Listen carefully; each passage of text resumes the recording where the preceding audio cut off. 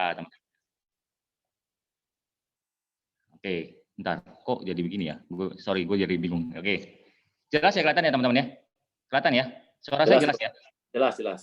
Oke ya, saya SMP di Madiun, lalu SMA pindah Jakarta teman-teman. Kenapa? Karena kata orang sih dulu saya manja teman-teman ya. Kata mama saya, kata papa saya, kalau saya nggak tanda kutip ditendang jauh-jauh dari Madiun, saya bisa tanda kutip masa depan saya bagaimana ya kalau manja sama orang tua ya. Singkat cerita saya ditendang jauh-jauh ke Jakarta teman-teman ya, SMA di Jakarta, lalu kuliah mengikuti tanda kutip ya, mengikuti teman saya ke Amerika teman-teman ya. Kenapa? Karena sebenarnya dari dulu saya memang nggak pernah orang yang punya pendirian teman-teman. Saya cuma ikut-ikutan ya, nggak punya goal. Ketika teman-teman saya mau sekolah di Amerika, kebetulan orang tua saya bisa mendukung ya teman-teman. Saya dikuliahkan di Amerika dengan catatan bukan keinginan saya teman-teman, saya cuma ikut-ikutan teman ya. Lalu saya kuliah di Amerika, singkat cerita pulang dari Amerika tahun awal 2000-an ya teman-teman ya. Saya balik ke Indonesia, kemudian cari-cari kerja.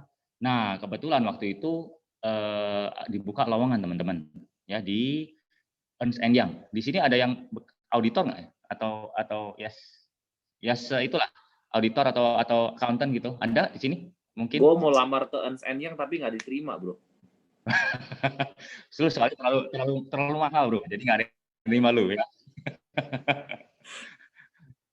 Oke ya, singkat cerita seperti ini. Waktu itu saya di Ernst & Young bukan di bagian auditor ya teman-teman, saya di bagian risk service ya, di konsultannya.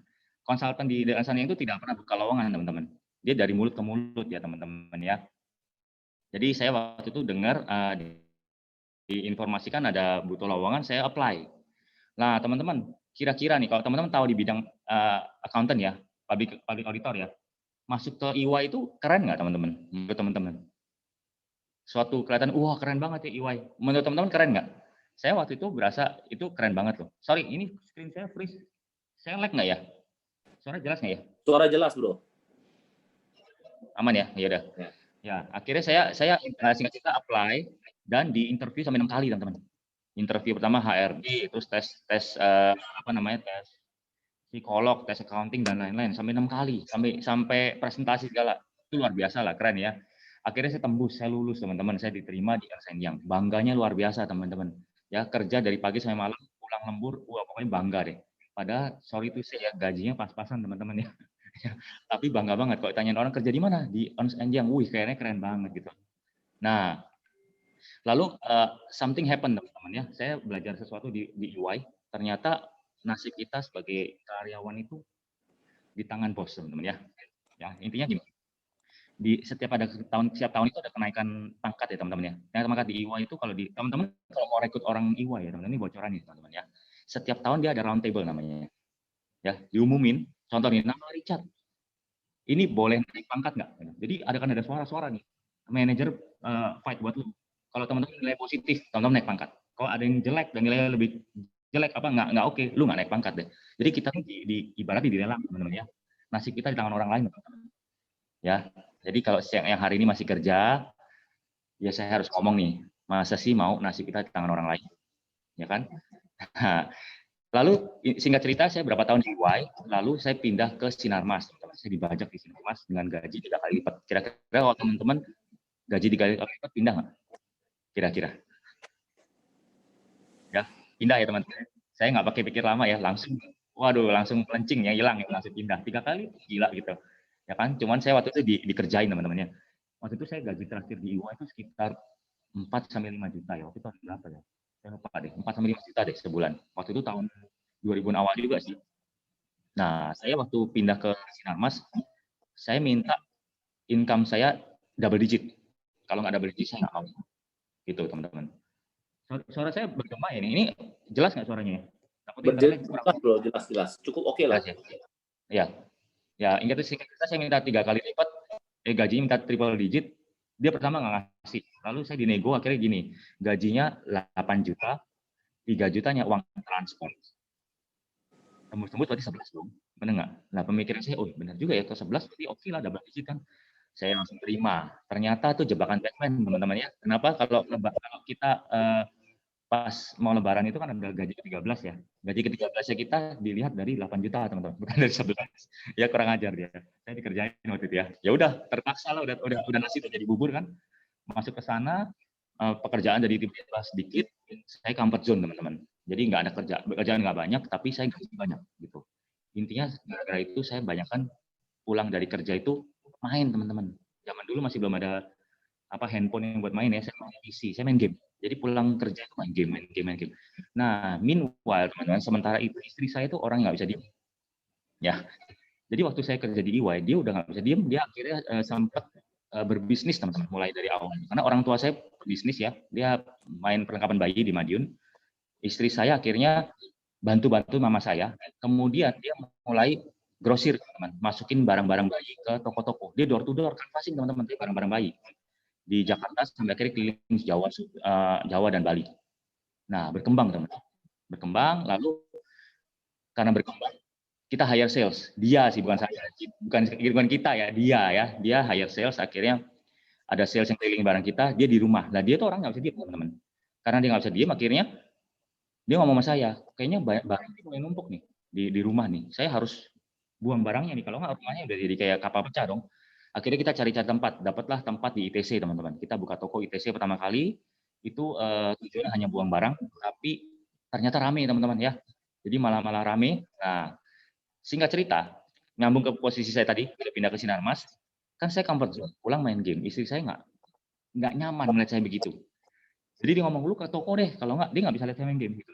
Ikut saya suruh ke toko, ya udah daripada berantem ya, kapal pecah, semuanya saya berangkat ke ITC ya. Nah, teman-teman, kalau kira-kira kalau berangkat ke ITC, saya kerja atau ngapain, teman-teman? Kira-kira nih. Main game. Main game ya, tapi sayangnya waktu itu belum ada handphone buat main game. Jadi saya ke sana nggak kerja, saya cuma lihat karyawan saya lihat-lihat, terus saya jalan-jalan dah. Saya nongkrong di kopi lah, ngapain lah keliling-keliling. Saya nggak betah, teman-teman, saya nggak ada hati di situ gitu loh. Jadi saya bertahun-tahun, 3 tahun lebih saya bantuin istri saya di toko, kagak ngerti apa-apa, teman-teman. Nah, singkat cerita, Tuhan baik, teman-teman. Tiba-tiba, teman-teman, departemen saya di Sinarmas dibubarin. Bos saya ditendang, dipecat, teman-teman. Kenapa? Karena musuh banyak, audit ya. Lalu departemen bubar, kita ini kayak anak ayam kehilangan induk.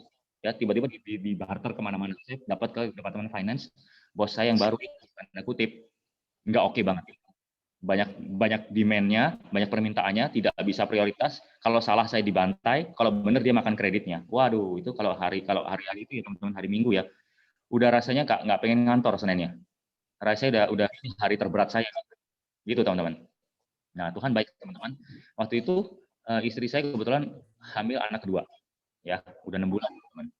Terus dia ngomong sama saya, kalau dia ngomong saya, kalau lu nggak bantuin gua di grosir, ini nggak jalan grosirnya gitu. Nah, saya mulai mikir, teman-teman, kenapa? Karena income dia lebih besar dari saya. Saya paling waktu itu cuma 15 sampai 20 juta loh, teman-teman.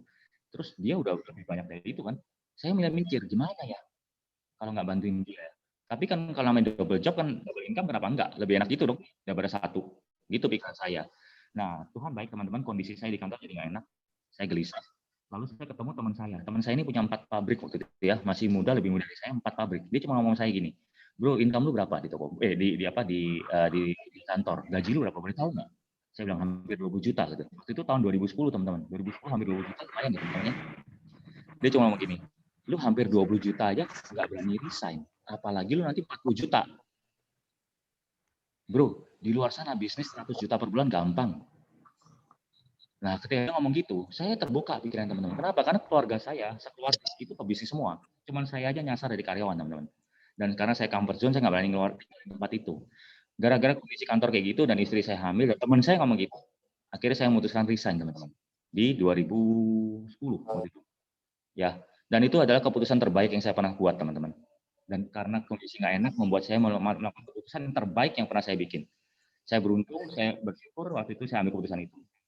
Nah, singkat cerita, gara-gara saya resign dan saya mikir kan nggak ada kerjaan lain kecuali bantuin istri saya. Saya mikir dong, nggak boleh dong saya kalau keluar dari kantor lalu nebeng sama istri saya. Gila, apa kata dunia gitu kan. Nah, saya berpikir saya harus gantiin income saya 20 juta itu di toko. Nggak boleh nggak. Gitu. Lalu saya mulai belajar, saya mulai mendalami. Nah, disitulah saya belajar namanya fokus, teman-teman. Bayangin, teman-teman, dari 3 tahun saya bantuin istri saya nggak ngerti apa-apa. 3 bulan saya fokus, saya ngerti semuanya, teman-teman. Dari apa yang istri saya lakukan. 3 bulan itu saya ngerti semuanya, teman-teman. Nah, disitulah saya berkembang, terus lalu kita cari rukonya di Greenfield. Kalau teman-teman pernah tahu ada toko di Greenfield, itu toko saya, sekarang udah nggak ada. Saya udah full time di Prudential. Nah, toko itu rame banget teman-teman. Nah, saya nggak nyangka pindah ke Greenfield itu omset saya naik 5 sampai 7 kali lipat teman-teman dari ITC. Nah, di situ kita berasa benar-benar financial freedom di situ teman-teman. Gede, income kita tiba-tiba besar itu teman-teman ya. Nah, teman-teman, itu sekilas dari saya di pengusaha, jadi pengusaha teman-teman. Nah, bagaimana saya bisa kenal dengan asuransi ya? Dulu 2005 saya pernah ditawarin asuransi teman-teman. Teman saya rekomendasi asuransi, saya kira suruh ambil polis. Tapi waktu itu saya kan kerja di EY teman-teman ya. Kerja di EY saya mikir sampai anak ketiga digaji semua, dibayarin semua kalau sakit. Dia ngomong sama saya, lu sakit dibayarin loh, gitu. Kan gua dibayarin semua dari kantor. Tapi kan ada investasinya. Nah, saya kan orang finance teman-teman. Investasi gimana? Terus dia ngomong gini-gini. Kalau gitu ngapain gua ngambil sama lu? Mending gua ambil reksadana lah. Lebih enak kan? Gitu. Dia nggak bisa jawab. Singkat cerita, kenapa? Karena tujuan saya bukan beli polis, tujuan saya mengusir dia teman-teman. Ya. Dia nggak dapetin apa yang saya mau, tapi dia berusaha menjual. Saya berusaha mengusir dia. Kalau dia pergi, saya happy, berarti saya menang. Nah, prinsipnya gitu teman-teman. Ya. Nah, terus mau direkrut teman lama. Nah, waktu saya di TC dulu teman-teman, ada teman saya dulu, teman SMA, yang nggak dekat sama saya, tiba-tiba kontak saya. Bro, lu udah balik dari Amerika ya? Udah gitu. Ketemuan yuk, kita udah lama ketemu. Oh ya udah oke. Terus dia ngajak ketemu. Lah saya mikir ini orang dulu nggak deket sama saya, kenapa dia ngajak ketemu gitu. Begitu datang ketemu, ngobrol-ngobrol, saya nggak ngerti ngobrol apa dia teman-teman. Kanan kiri nggak jelas sampai dia pulang. Sampai dia pulang pun saya nggak tahu tujuan dia apa. 2 tahun kemudian dia ngajak ketemu saya lagi. Kayak gitu lagi teman-teman. Ngobrol kanan kiri nggak jelas pulang dia. Nah, setelah lama kemudian saya join Prudential. Waktu di Prudential saya capai double star Tokyo, saya dapat ke Tokyo, saya ketemu dia teman-teman. Di situ saya menyimpulkan, oh dia dulu mau prospek, gue nggak berani ngomong teman-teman. Ya, sampai hari ini orangnya masih ada dan saya nggak bisa ngomong dia siapa, tapi saya belajar juga di situ bahwa kalau lu nggak ngomong, maka lalat pun nggak masuk teman-teman ya. Lu nggak tahu loh, lu ngomong itu hasilnya apa. Itu teman-teman. Itu pelajaran berharga buat saya. Intinya kalau teman-teman kalau mau sharing, mau prospek, mau rekrut, mau selling, buka mulut aja teman-teman, jangan banyak mikir ya. Oke, ya menjadi nasabah saya 2012 jadi nasabah teman-teman karena ada customer toko saya datang, dia pintar caranya dia beli dot pulang, beli odol pulang, beli kecil-kecil aja sampai dia kenal saya, lalu dia istri saya tanya, "Oh, enak banget bolak-balik ke sini kayak nggak ada kerjaan, kerja apa kok?" Saya di Prudential, begitu dia dengar Prudential, saya dengar Prudential saya langsung anti ini ya, pasang tembok ya, ini mau diprospek saya ini. Nah, ternyata dia nggak prospek saya teman-teman, dia pintar ya. Dia deketin saya di pertemanan saya, singkat cerita dia berhasil dengan pertemanan saya dan dia ngomong sama saya, "Oh lu hari ini punya duit, lo sakit bisa bayar." Tanya kok lu yang sakit, lu geletak di rumah sakit 6 bulan.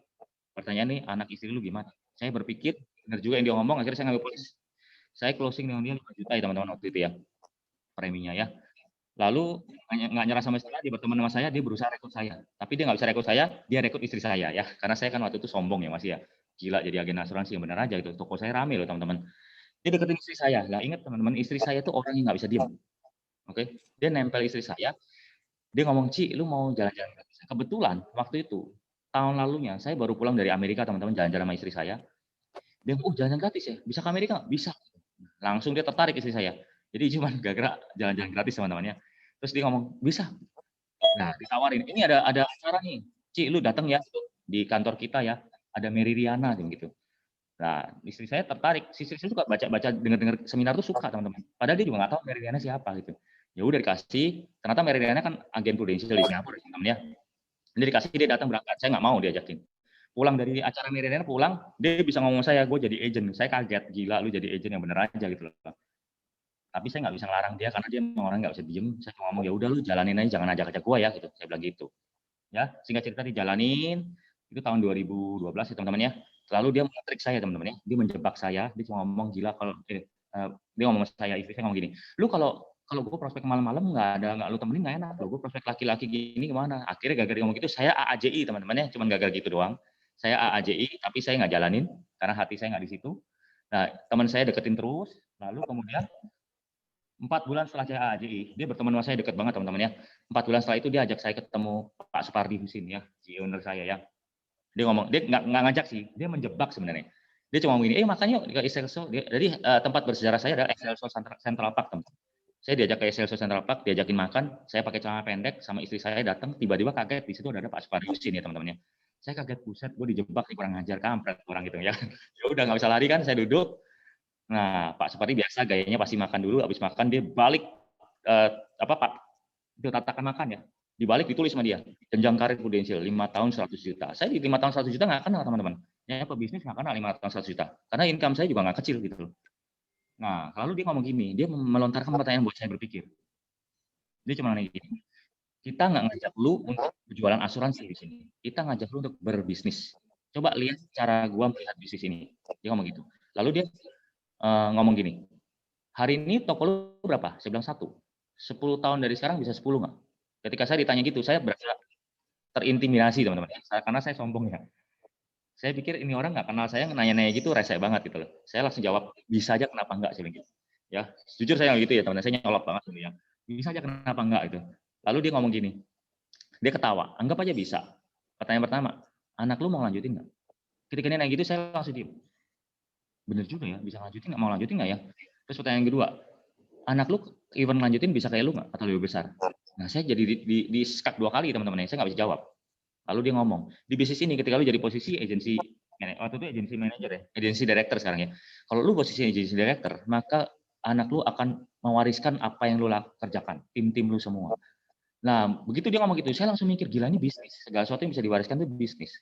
Nggak lama kemudian dia keluarin laporan pajaknya dia ya teman-teman ya. Saya kan auditor ya, mata saya cepet dong. Nama, alamat, tahunnya udah cepet banget itu. Dia nunjukin bertahun-tahun. 2004, 2005, 2006, 2007, 2008 ya.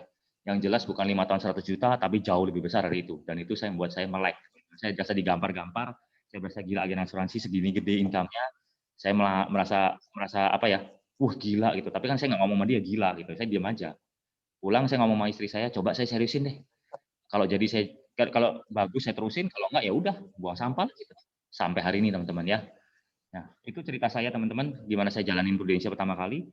Nah, intinya gini teman-teman, mungkin di sini ada yang baru 1 tahun join, atau mungkin baru belum 1 tahun, atau mungkin dari lama join.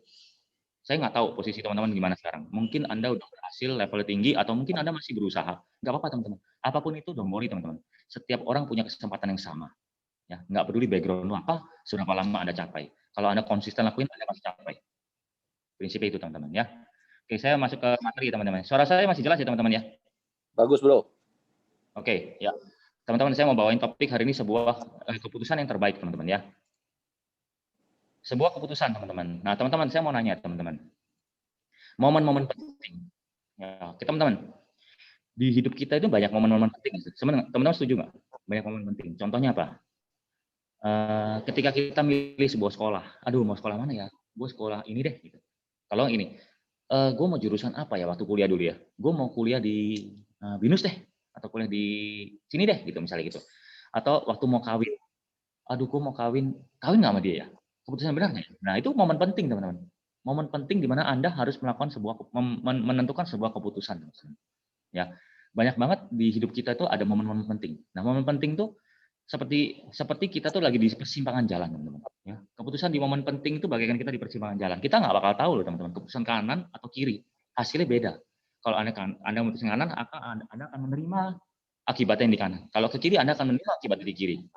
Ya, itu keputusan di momen-momen penting, termasuk ketika Anda memilih sebuah kerjaan, teman-teman. Ya, oke. Nah, di setiap keputusan itu, teman-teman, setiap keputusan di momen-momen itu, Anda memiliki keputusan itu pasti didasari sesuatu, teman-teman. Setiap keputusan itu pasti ada landasannya, ada dasarnya. Ya, dasarnya apa? Landasannya ada alasan di balik itu. Setiap keputusan ada alasan di baliknya, teman-teman. Pertanyaannya, alasannya apa? Kalau alasannya cuma, ikut-ikutan temen, disuruh orang tua, ikutin tren, iseng-iseng lah, coba-cobalah. Teman-teman, kalau alasan Anda di balik keputusan itu adalah itu, maka alasan Anda kurang kuat, teman-teman. Dengan alasan yang tidak kuat, maka hasilnya pasti kurang oke. Jadi hasil Anda di sebuah keputusan itu adalah tergantung seberapa kuat alasan di balik keputusan itu. Saya ulang lagi teman-teman ya. Hasil di setiap keputusan Anda tergantung dari berapa kuat alasan Anda mengambil keputusan itu. Nah, menurut survei teman-teman, menurut saya teman-teman, alasan terkuat di balik sebuah keputusan itu adalah visi teman-teman. Anda punya visi nggak atas keputusan Anda? Ya, contoh seperti simpel ya di bisnis ini. Ketika Anda diajak join oleh leader Anda, teman-teman, di Prudential. Yuk join Prudential. Pertanyaannya, ketika join, alasan Anda apa? Visi Anda apa ketika join? Apakah Anda cuma nggak sungkan sama leader Anda? Wah, udah diajak terus nggak enak lah, gue ikut aja lah. Atau Anda, iseng-iseng aja coba, siapa tahu mencoba keberuntungan, siapa tahu beruntung gua gitu.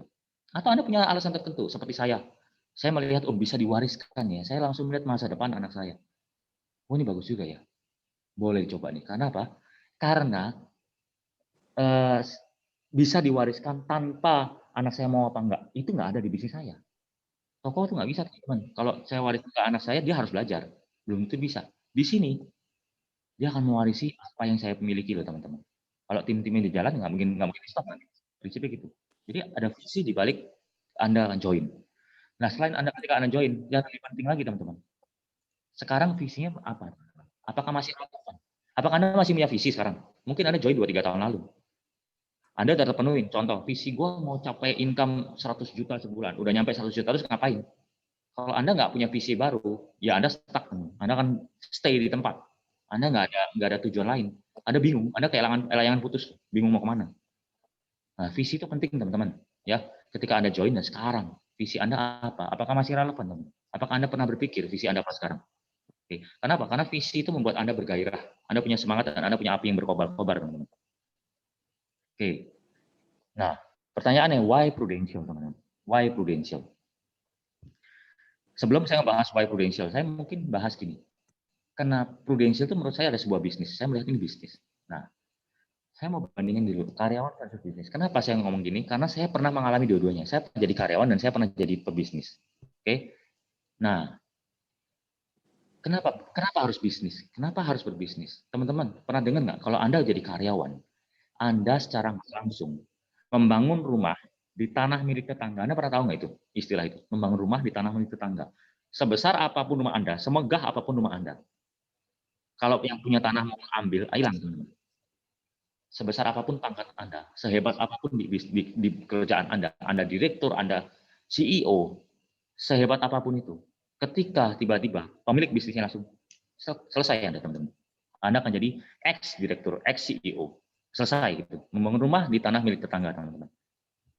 Teman-teman, Anda harus membangun rumah di tanah Anda sendiri, teman-teman. Anda harus berbisnis. Jangan berlama-lama, ya. Jangan memberikan istimewa itu ke orang lain. Anda harus memiliki hak atas diri Anda sendiri, teman-teman. Oke. Kedua adalah hidup Anda milik Anda, bukan bos Anda di kantor, teman-teman. Anda harus punya freedom. Hidup ini cuma sekali, teman-teman. Kalau Anda nggak punya freedom, kemerdekaan itu dipegang orang lain. Kasihan sekali, teman-teman, nasib kita. Betul nggak? Anda harus punya kemerdekaan itu. Anda harus memiliki hidup Anda sendiri. Ya, bukan bos Anda yang punya hak, teman-teman. It has to be you, bukan bos Anda. Oke. Kenapa itu? Karena saya cerita sedikit ya, teman-teman ya. Saya kemarin kebetulan nih 2 hari yang lalu saya nemenin join fieldwork tim saya, tim saya. Dia bekas bos di sebuah kantor telekomunikasi, tinggi banget levelnya ya. Dulu dia cerita, gue dulu hebat, gue petinggi, gue jago jualan, gue sales terhebat di situ. Income gue dulu 30 juta lebih, tapi dengan bonus dan lain-lain gue bisa 60 juta sebulan. Dan gue tuh ibaratnya sales terbaik, gue pernah ngegolin proyek sebesar 60 M di perusahaan saya. Dia bilang gitu, dia bangga, dia happy gitu. Lalu tiba-tiba karena dia posisi makin oke, kemudian dia naik level. Dia naik level jadi VP, teman-teman. Ketika VP lu nggak boleh jualan, income dia drop, teman-teman, karena nggak bisa jualan. Udah kayak macan tuh jadi dimasukin ke kandang, jadi macan ompong, teman-teman. Dia seperti itu dan dia merasa nggak puas, dia nggak happy. Akhirnya selama setahun 2 tahun kemudian dia nggak kuat, dia ngomong bosnya, gue mau resign, ditantangin dia, gue mau resign, gue nggak bisa di sini, gue nggak mau resign. Ekspektasi dia karena dia sales terbaik, bosnya mempertahankan dia. Ternyata bosnya tanda tangan, teman-teman, dilepas dia, dan dia sangat kecewa. Dia ngomong, gila, gue berjuang bertahun-tahun, bahkan perusahaan itu baru pertama kali berdiri, ini perusahaan telekomunikasi terbesar di Indonesia, besar ya, itu gue kayak dibuang sampah doang kayak gitu. Akhirnya dia di tanda kutip ya, dipinggirin doang. Ya udah dia keluar. Dia sekarang berusaha cari bisnis, berusaha jadi vendor di perusahaan itu. Gitu. Nah, teman-teman, ini hidup Anda bukan milik Anda. Hidup dia bukan milik dia, teman-teman. Sekapanpun dia bosnya mau selesai dia langsung. Padahal dia dulu berjasa banget, teman-teman. Nah, apakah teman-teman mau jadi seperti itu? Saya nggak tahu ya, karena saya belum tahu teman-teman di sini apakah teman-teman itu pebisnis atau karyawan atau Anda masih bekerja, saya belum tahu. Tapi intinya adalah kalau Anda hari ini masih bekerja, Anda hari ini masih di tempat orang lain, Anda harus memikirkan ulang teman-teman. Sampai kapan Anda di sana? Nah, poin ketiga adalah effort sejajar dengan income. Kalau bisnis, Anda tuh effort sejajar dengan income. Ketika Anda berusaha mati-matian, income Anda sama. Tapi kalau Anda bekerja, Anda mati-matian, Anda ditakar teman-teman. Udah ada gelasnya, udah penuh nggak bisa dapat lagi, lu bayar udah nggak ada apa-apa. Nah, kalau dana bisnis, effort Anda sejajar dengan income. Semakin Anda gila, semakin Anda bagus. Nah, itulah dasar kenapa kita harus berbisnis, teman-teman. Menurut saya, teman-teman. Nah, lalu kenapa prudential? Itu kan baru bisnis. Kenapa prudential? Oke, prudential, bisnis di luar sana bangun ada aset. Tapi di prudential ada people asset, teman-teman. Kita memiliki people asset. Kita membangun manusia. Ya. Saya pernah diceritain teman saya punya bengkel, teman-teman ya. Dia punya bengkel, bengkelnya ramai. Dia punya satu orang andalan dia. Kemudian suatu hari tiba-tiba orang andalan dia resign, teman-teman. Dia ngomong dia mau pulang kampung karena mau nemenin keluarganya gitu. Dia pulang. Ya udah mau nggak mau ditahanan nggak bisa, dia pulang. Teman-teman apa yang terjadi? 6 bulan kemudian dia ngeliat kalau nggak salah setengah berapa ratus meter dari bengkel dia tuh ada bengkel baru dan ada muka orang itu, teman-teman. Dia di hijack sama orang lain, teman-teman. Nah, teman-teman, beruntungnya kita di Prudential ada people asset yang tanda kutip dilindungi AAJI, teman-teman. Ya, kalau di bengkel tidak dilindungi AAJI ya, bisa kapanpun hilang ya. Kalau di sini kita dilindungi AAJI, teman-teman. Kita punya people asset. Itu yang menarik di Prudential, teman-teman. Ya, poin kedua long term investment ya, seperti saya tadi bilang bisa diwariskan. Anda melakukan sesuatu, Anda bekerja keras, Anda itu dan akan diwariskan ke keturunan Anda, teman-teman. Ini long term investment, teman-teman, ini untuk keluarga Anda, untuk orang yang Anda cintai. Ya. Ketiga ada perubahan karakter ya. Saya di sini pun berubah. Boro-boro saya suruh ngomong depan Zoom ini, depan ke saya itu orang introvert, teman-teman. Kalau saya boleh milih, saya paling ujung di paling belakang, saya dengerin dong, jangan ngomong depan ya. Saya tidak pernah mau dan saya tidak pernah suka. Even hari ini pun kalau bisa milih, saya milih yang dengerin, bukan yang ngomong, teman-teman ya. Tapi hari ini Prudential merubah saya, teman-teman. Ya, saya berubah, saya enjoy ngomong di depan tuh enjoy ya. Saya banyak berubah, saya jadi lebih sabar, oke? Menghadapi nasabah, menghadapi agent, menghadapi siapapun saya jadi sabar, saya dibentuk ya. Dulunya saya mana sabar. Saya pebisnis, teman-teman, saya punya duit. Kalau lihat orang nggak seperti yang saya mau aja, saya udah pengen marah aja tiba bawahnya. Tapi hari ini saya bisa berjam-jam nunggu orang, oke, teman-teman. Saya dilatih. Bro, sorry bro. Ya. Slide itu nggak jalan ya bro namanya. Ini nggak jalan ya? Iya, sorry bro, interrupt. Lu nggak Saya slide ulang lagi ya? Nggak apa-apa, lu langsung slide show waktu saat sekarang aja. Iya, gua stop share, gue share lagi ya. Ya, kenapa nggak jalan? Sorry ya bro. Gue baru tahu nggak jalan. Oke. Ini kelihatan? Oke, keren bro. Ya. Oke ya, perubahan karakter teman-teman ya. Intinya Anda di sini nggak hanya cuma duit, tapi karakter Anda berubah. Anda jadi lebih sabar, Anda jadi lebih berani untuk speak out di public speaking, Anda jadi lebih mengerti orang, empati, teman-teman. Banyak hal yang kita pelajarin di sini, teman-teman ya. Oke, berikutnya adalah balance life, teman-teman ya. Balance life. Maksudnya balance life apa, teman-teman? Teman-teman kalau di sini Anda serius dan Anda berhasil, teman-teman. Anda bisa capai jalan-jalan tiap tahun. Bayangin, teman-teman, Anda kerja keras gila-gilaan setahun, lalu jalan-jalan. Itu balance life, teman-teman. Anda bisa work life balance ya. Capek tapi rewardnya jalan-jalan ya. Jalan-jalan di luar negeri dengan Prudential, jangan bayangin itu ngomongin kerjaan loh, teman-teman. Kita mah gila ya, waktu itu gua sama Erison ya di Vietnam ya. Kerjaannya makan doang ya intinya ya. Jadi intinya balance life itu seru banget, teman-teman ya. Kita nggak hanya kerja tapi kita menikmati apa yang kita kerjakan gitu. Nggak hanya cuma melulu duit gitu. Melulu kerja capek, teman-teman. Dulu waktu saya di toko ya, saya menghasilkan uang banyak, tapi saya nggak berani itu, teman-teman, keluarin duit untuk apa itu, ngeri juga kan buat muter, teman-teman. Kita pikir-pikir, teman-teman. Itu berbeda sekali, teman-teman, yang Prudential ya. Oke, berikutnya ada berdampak. Hidup kita berdampak ke orang lain, teman-teman. Ya, berdampak ke siapa? Berdampak ke jelas ke nasabah. Ketika Anda bayar klaim 700, gue pernah bayar klaim 700 juta, 1,5 miliar, ya berapa ratus juta. Belum bayar klaim tentang hospital. Hidup Anda berdampak. Ada orang ngomong thank you sama Anda. Ketika Anda berdampak ke tim Anda, ada tim Anda yang ngomong, oh thank you ya, kalau nggak ada Koko nggak ada hari ini. Ya, ketika tim Anda beli rumah, ketika tim Anda berubah hidupnya, berubah cara bicara. Dia dulu nggak bisa ngomong, sekarang bisa jadi public speaking, diundang speaker di mana-mana. Anda berdampak, teman-teman. Hidup Anda berdampak ke orang lain. Nggak hanya menurut Prudential deh. Karena perubahan karakter itulah hidup Anda berdampak. Jadi saya jadi berubah. Saya lebih sabar ke anak. Saya lebih belajar sabar ke orang tua. Saya lebih mengerti. Hidup Anda berdampak, teman-teman, ke orang-orang di sekitar Anda, teman-teman. Disitulah menurut saya, kenapa harus Prudential, teman-teman. Kenapa saya nggak bisa dapetin itu di toko? Karena di toko saya nggak dapetin ini, teman-teman. Saya cuma tahunya omset, udah. Saya nggak merasakan ini. Saya nggak bertumbuh, teman-teman, secara dalam. Di dalam saya nggak bertumbuh apa-apa, teman-teman. Itu, teman-teman, ya. Oke. Nah, the beauty of Prudential business. Nah, ini slide ini saya dedikasikan khusus untuk grup ini ya. Kenapa? Karena kita sebenarnya satu akar, teman-teman ya. Nah, teman-teman, mungkin teman-teman pernah lihat ini ya. Ini adalah Ibu Linda Wijaya ya. Teman-teman pasti tahu kan ini Ibu Linda Wijaya. Teman-teman pasti familiar karena satu kantor ya. Ibu Linda Wijaya dulu berjuang pertama kali. Ya, kalau nggak salah ceritanya itu dari Medan datang ke sini berjuang, meninggalin anak-anaknya. Anak-anaknya sampai nangis. Setiap kali dia pasti berjuang dan dia pun nggak tahan. Anaknya masih kecil, dia harus pergi ke Jakarta berjuang, mulai dari nol. Dia nanti, ya. Hari ini Intelijen melihatkan sebulan tahu Anda tahu kan, teman-teman? Anda pasti tahu deh. Kenapa? Karena dibangun bisnis Prudential. Ibu Linda Wijaya merekrut banyak orang dan salah satunya adalah Ibu Lili Halim. Udah pasti Anda tahu ini siapa ya. Inilah udah pasti ini karena leadernya Bro gua Erison ya. Ini Ibu Lili Halim berhasil karena Ibu Linda Wijaya.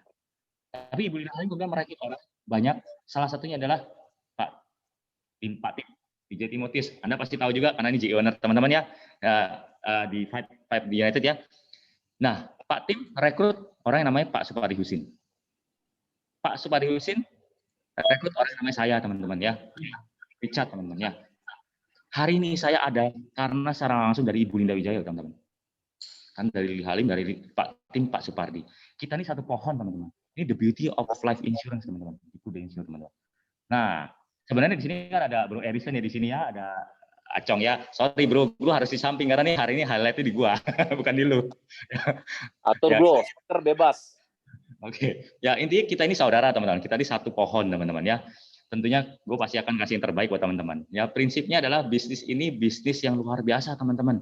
Anda berdampak hidupnya ke orang lain ya. Di bawah saya juga ada banyak leader dan banyak tim-tim saya yang saya rekrut. Jadi inti bisnis ini bisnis yang dahsyat teman-teman. Anda ketika Anda join bisnis di Prudential, Anda nggak tahu Anda akan berdampak sebagian besar. Mungkin ketika Ibu Linda join dulu, dia nggak tahu loh, dia bisa berdampak sebagian besar. Dan bisnisnya bisa diwariskan, ada royaltinya teman-teman. Oke, pertanyaannya, how to? How to? Bagaimana cara menjalankan Prudential? Kan dari tadi ngomong, Prudential gimana caranya? Ini cara saya teman-teman, ya. Gimana saya menjalankan bisnis Prudential? Nah, pertama-tama sebelum kita ngomong begitu, teman-teman, Anda harus bisa membedakan antara run versus build. Ini saya selalu bawakan topik ngomong ini adalah karena ini saya jalankan ya. Run versus build, menjalankan versus membangun, teman-teman ya. Teman-teman harus bisa membedakan antara menjalankan sebuah bisnis dan membangun sebuah bisnis. Sangat berbeda, teman-teman, dua artinya ini, teman-teman. Menjalankan sebuah bisnis dan membangun sebuah bisnis. Ya. Ketika saya dulu menjalankan buka toko, teman-teman. Saya menjalankan bisnis, teman-teman, bukan membangun bisnis. Kenapa? Karena saya cuma mikirin apa? Saya cuma mikirin omset saya nggak tahu ke depan apa. Pokoknya saya ini hari ini survive, orang cari apa, ada. Gitu.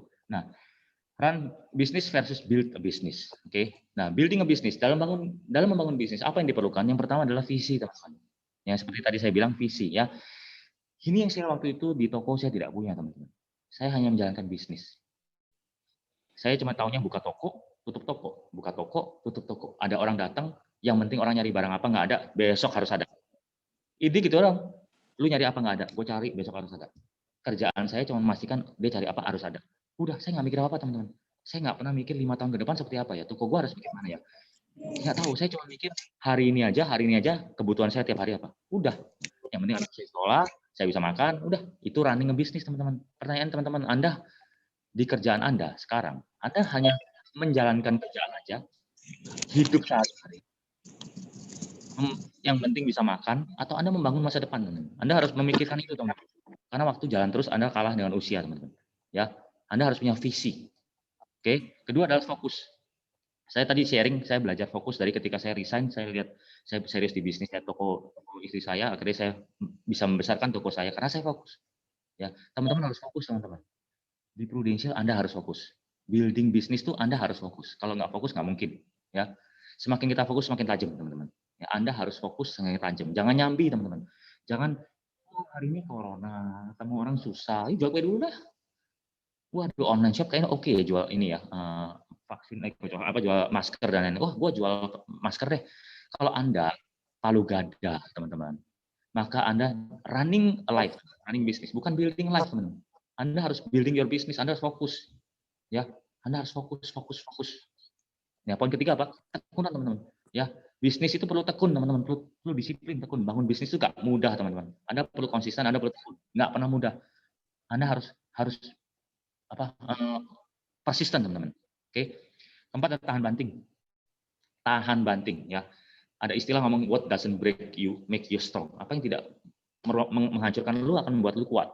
Ya, teman-teman, ketika diinjek jatuh bangun lagi, Anda akan jadi kuat, teman-teman. Ya, Anda tuh, teman-teman harus sadar ya, teman-teman. Anda saat ini sedang dibentuk jadi pemimpin, teman-teman.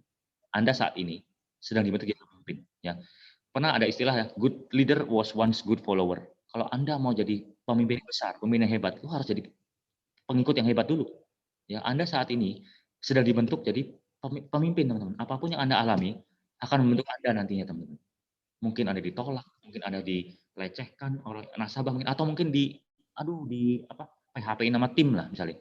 Atau nasabah Anda lah bikin itu. Anda harus sabar, teman-teman. Sabar gitu. Ya, jangan khawatir. Prinsipnya cuma satu. Ini sebuah tes. Anda bisa lewatin nggak? Anggap ini main game aja, teman-teman. Kalau Anda bisa lewatin itu, berarti Anda naik level. Oke. Yang kelima, kreativitas. Building bisnis itu butuh kreatif, teman-teman. Anda ditantang untuk kreatif, ya. Kenapa? Ya, sorry to say, teman-teman. Yang belajar di Prudential, yang serius di Prudential nggak cuma lu doang, nggak cuma kita doang loh. Banyak loh, teman-teman. Belajar cara jual gimana, belajar cara ngomong gimana, belajar cara mendengarkan gimana. Banyak banget mereka belajar. Pertanyaannya, kalau semua belajar dengan cara mereka masing-masing, pertanyaannya, bedanya apa sama lu? Lu harus kreatif, teman-teman. Building bisnis itu harus kreatif, ya. Dulu saya juga sama, teman-teman. Ketika di toko juga sama. Kita harus kreatif. Saya dulu mulai, saya ingat dulu pertama kali buka toko ya. Kita nggak ngerti kan. Kita mesti ngerti bisnis kita gimana. Terus saya mulai tahu, oh kalau barang-barang umum itu, kalau saya jual mahal, toko gua nggak laku. Ya udah, kalau barang umum gua banting harganya. Kalau perlu untung dikit banget. Tapi barang-barang yang nggak umum, yang susah dapetinnya, yang unik lah, saya dapat margin lumayan. Nah itu kreatif, teman, kreativitas. Akhirnya beberapa hal yang saya lakukan. Jadi Anda harus kreatif dalam membangun bisnis. Kalau Anda nggak kreatif, nggak bisa, teman-teman.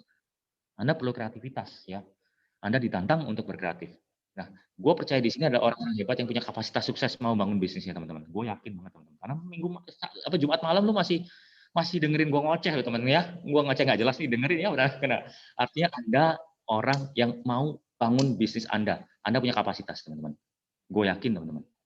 Oke, teman-teman. Nah, tadi udah teman-teman dengar bagaimana membangun bisnis. Sekarang gimana membangun bisnis yang bagus, kalau gitu?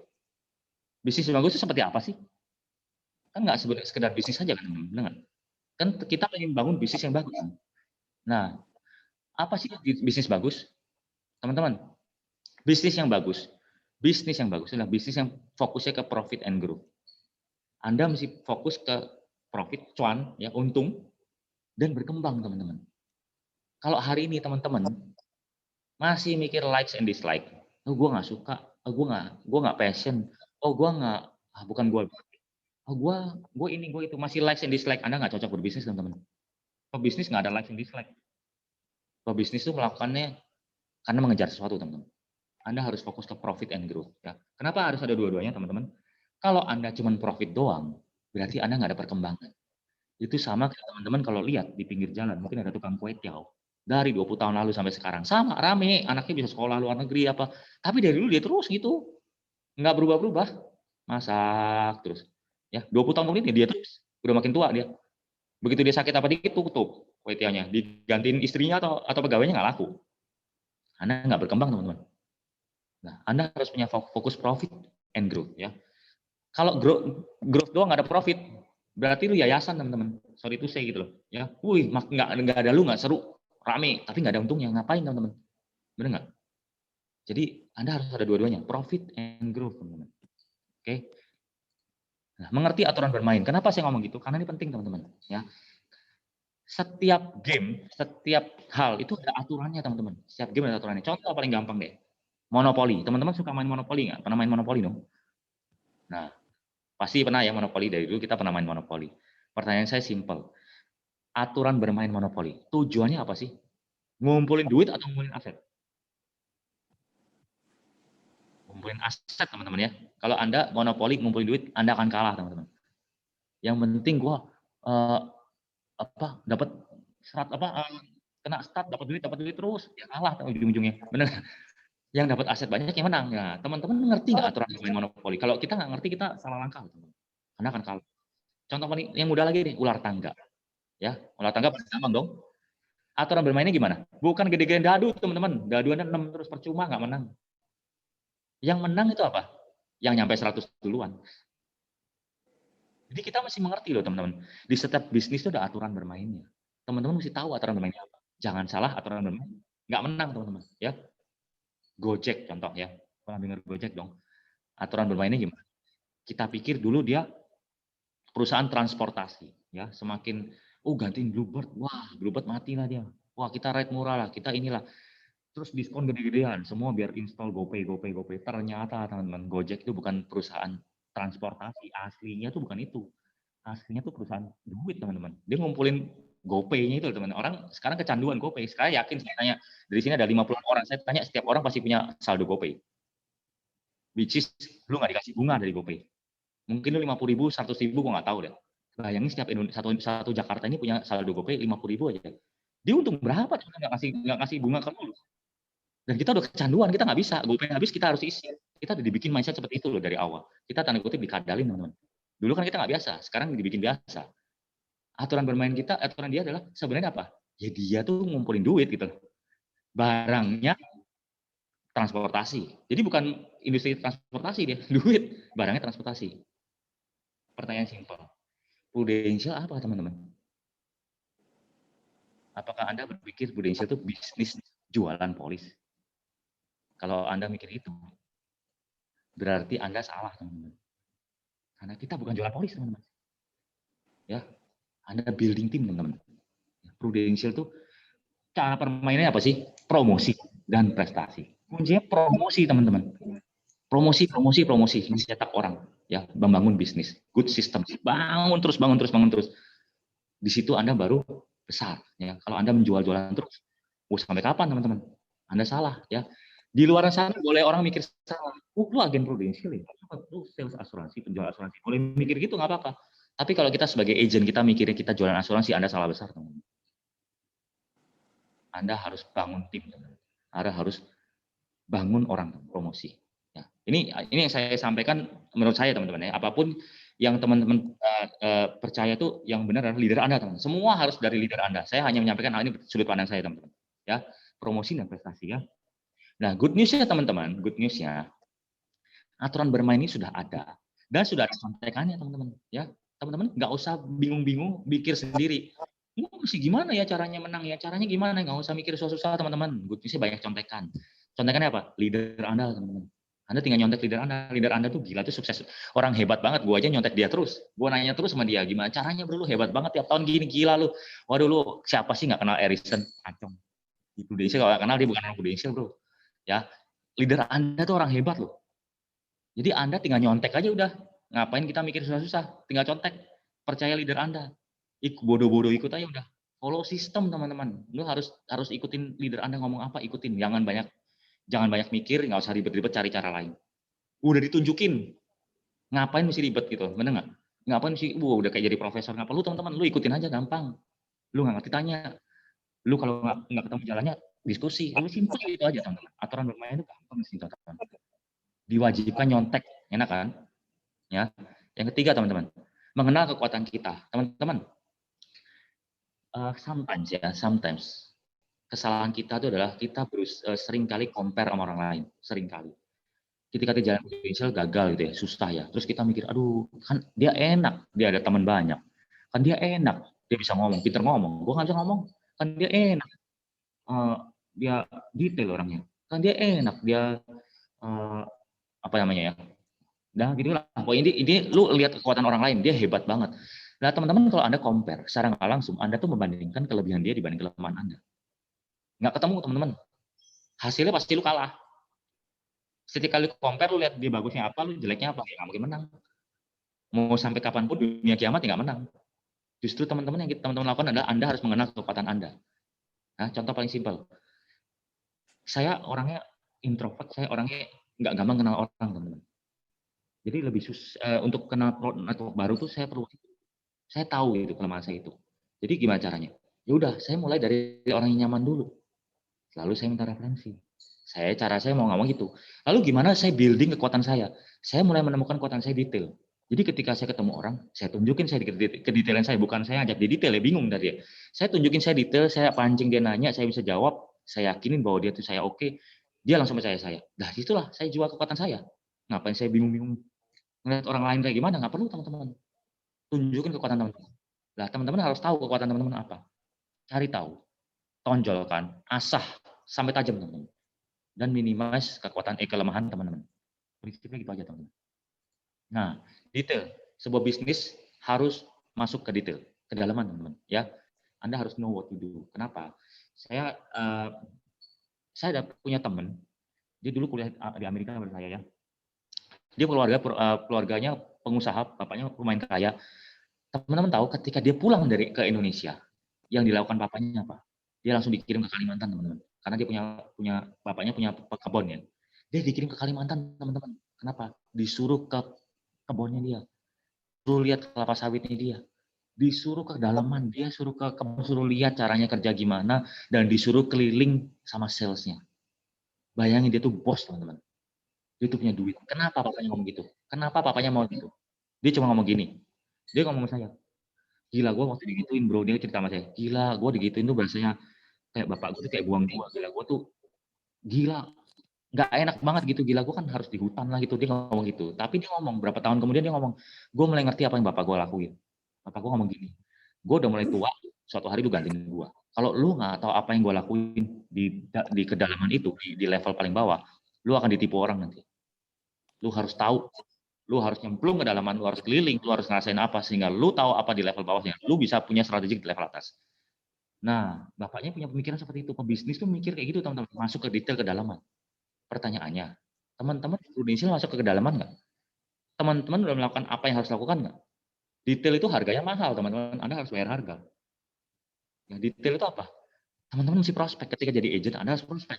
Ditolak. Anda harus ngerti rasa ditolak. Anda harus ngerti rasa dikecewakan. Anda harus ngerti rasanya di PHP-in orang. Anda harus ngerti rasanya gagal closing. Anda harus ngerti rasanya yang nggak enak deh. Semakin Anda tahu nggak enaknya, semakin Anda di objection sama orang, semakin Anda tahu rasa nggak enaknya, Anda belajar sesuatu, dan di situ Anda masuk ke detail kedalaman. Kenapa tujuannya itu? Karena Anda suatu hari bangun bisnis, Anda merekrut orang, Anda punya tim, dan tim Anda butuh pengalaman Anda, teman-teman. Anda harus detail masuk ke dalaman, Anda harus tahu what to do. Anda harus prospek, Anda harus bayar harga, Anda harus punya jam terbang, teman-teman. Oke. Nah, terakhir adalah miliki bisnis kita. Own your business. Teman-teman, sayang sekali gue melihat banyak orang, termasuk di tim saya sendiri.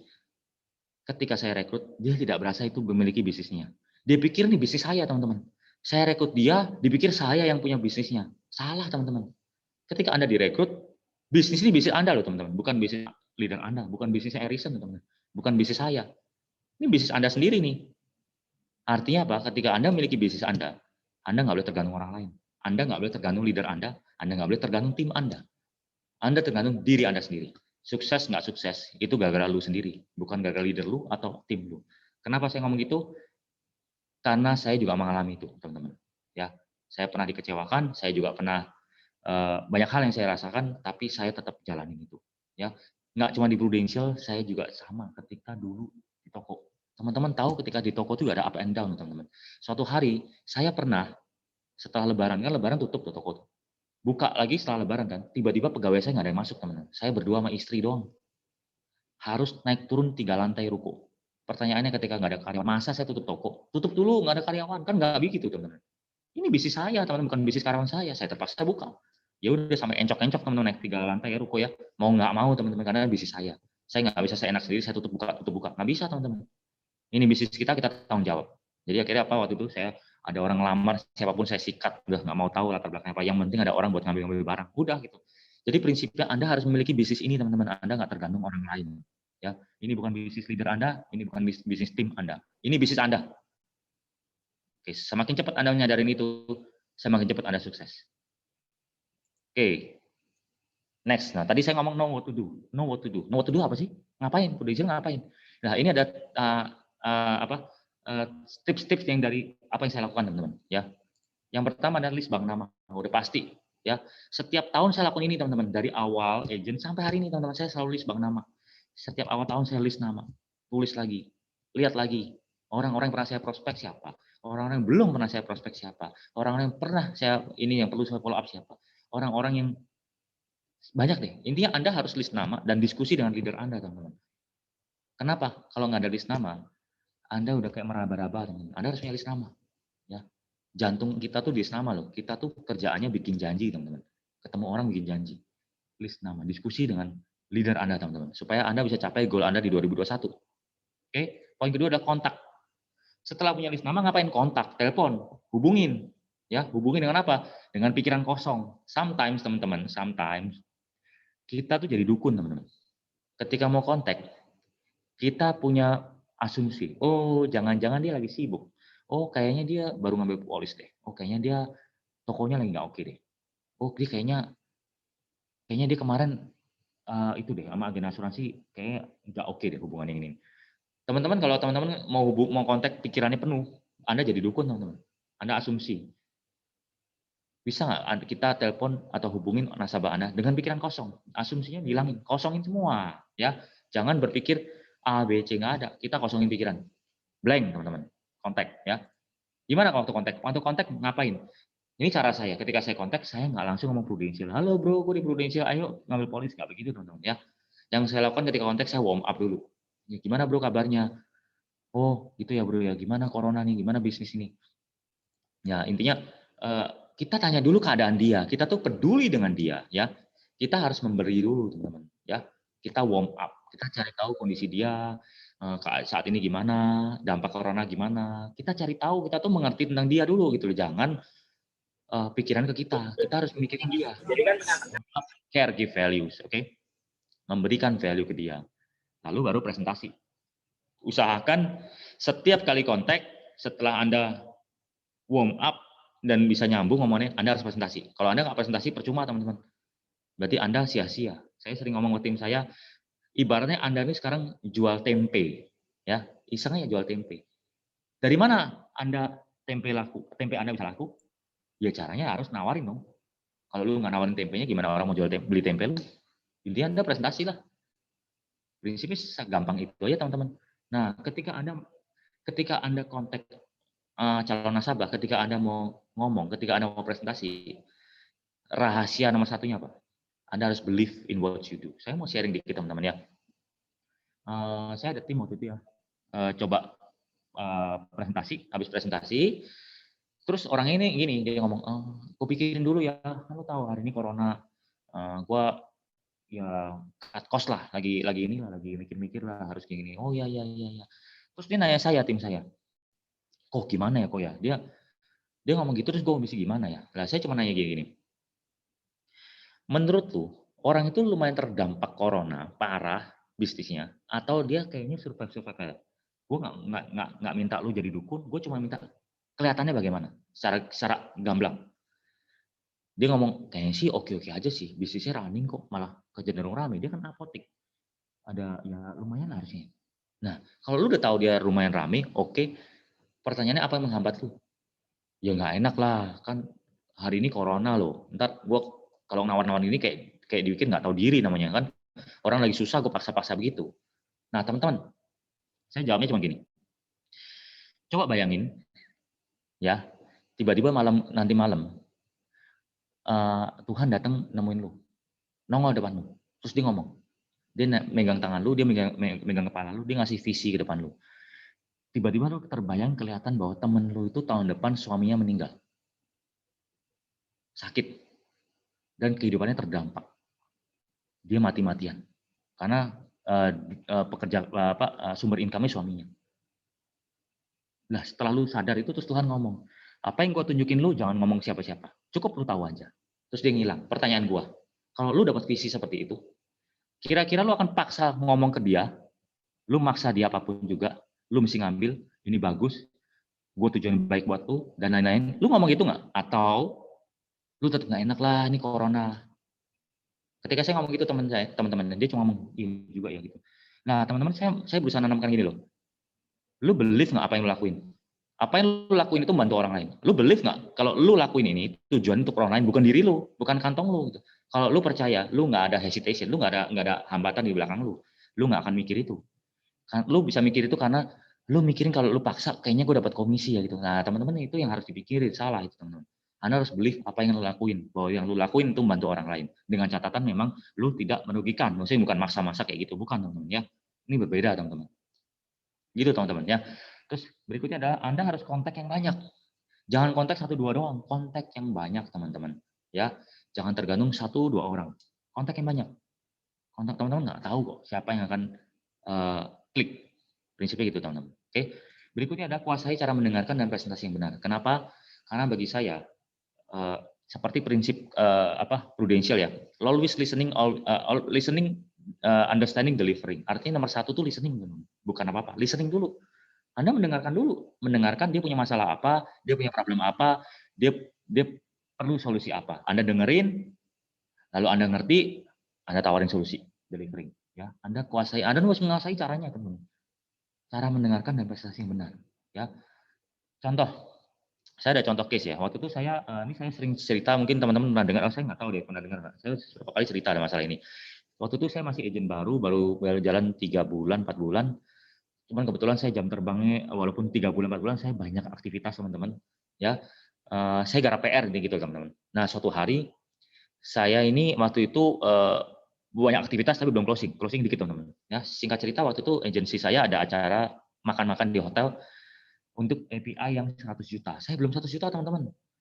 Malu dong teman-teman, katakan ada, ayo datang makan. Nah saya ditanyain leader saya, lu mau ikut nggak? Gua ada tiket lebih nih. Nggak mau, gue 100 juta belum nyampe, malu gue gitu.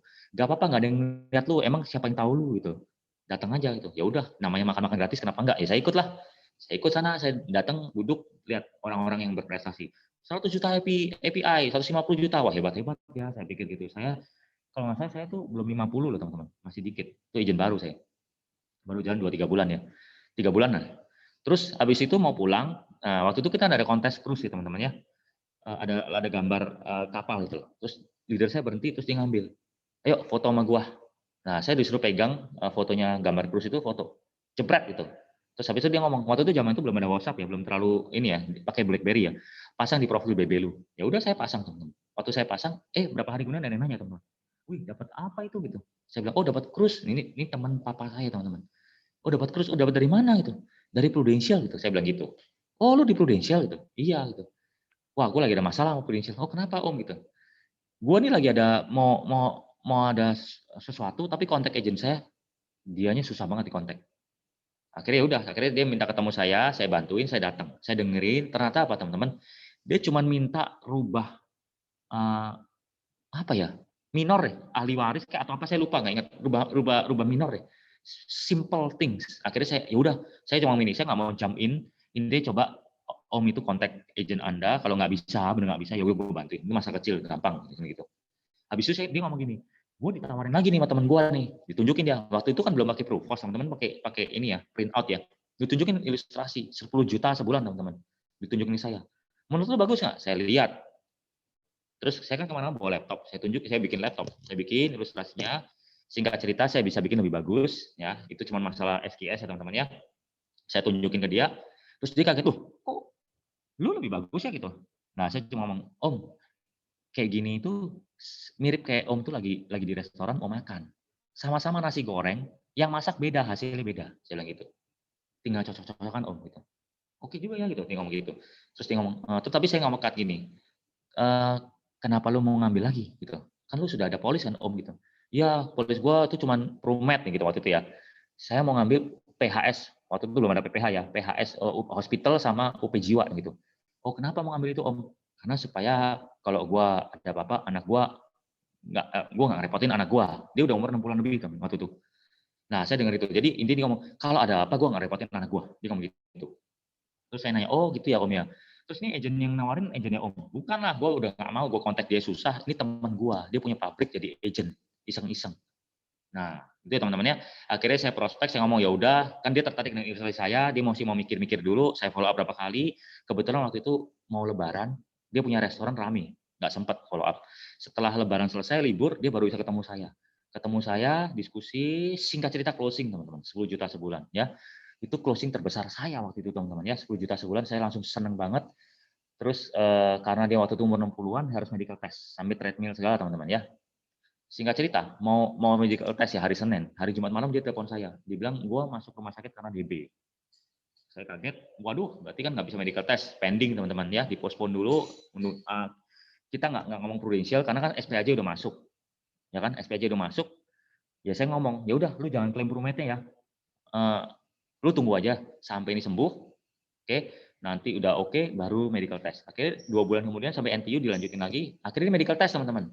Setelah medical test ternyata hasilnya luar biasanya jelek teman-teman ya. Bukan jelek karena DB, ternyata ditemukan dia ada hepatitis B teman-teman. Hepatitis B yang dibawaan dari kecil waktu itu. Ya, saya kaget karena dia ngomong kan hasil keputusan prudensial substandard ditolak PHS-nya dan UP jiwanya kena ekstra premi 50% teman-teman. Ini luar biasa dahsyat teman-teman ya buat saya ya. Saya kaget, saya bingung, saya bengong gimana ini ya gitu. Terus leader saya cuma ngomong, oke, nomor 1 lu telepon nasabah lu selamatin, lu ajak ketemu. Lu harus dengan semangat ya, nggak boleh lemas. Oke, saya telepon dia. Halo gitu, halo ya, Om selamat ya, udah diterima Om gitu. Oh iya iya iya, tapi ada beberapa hal yang gue harus sampaikan Om. Boleh nggak ketemu? Oke boleh boleh. Udah saya tutup, saya ketemu, saya ajak istri saya, tapi istri saya nggak bareng saya cuma bilang, lu di tempat lain, lu doain buat gue deh gitu, lu doa aja kerjaannya nih.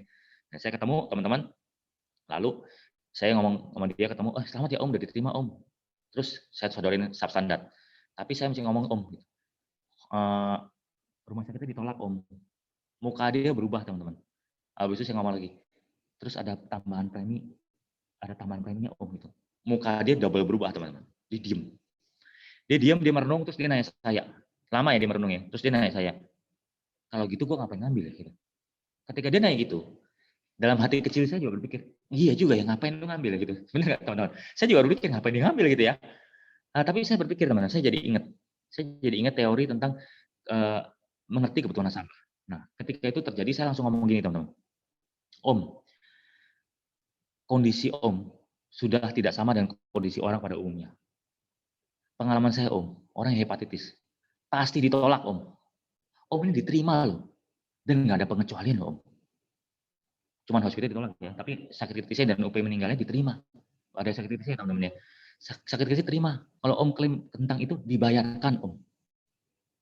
Ini udah menurut saya sih ini luar biasa Om, saya bilang gitu. Terus saya ngomong lagi. Pilihannya ada 2 Om. Yang pertama, kalau Om nggak ambil, udah pasti ngerepotin anak. Kalau Om ambil, Om repotin sebagian. Pilihan di tangan Om. Saya cuma ngomong gitu, saya diam teman-teman. Dia juga diam, dia merenung. Singkat cerita, dia closing teman-teman. Sampai hari ini masih bayar teman-teman. Ya 10 juta sebulan dan itu saya belajar sesuatu teman-teman, mengerti kebutuhan nasabah, mengerti apa yang dia butuh, apa yang dia mau. Nah saya juga menjual di situ teman-teman. Ya. Jadi kuasai cara mendengarkan dan presentasi yang benar. Ya. Yang berikutnya adalah punya skill handling objection yang handal teman-teman ya.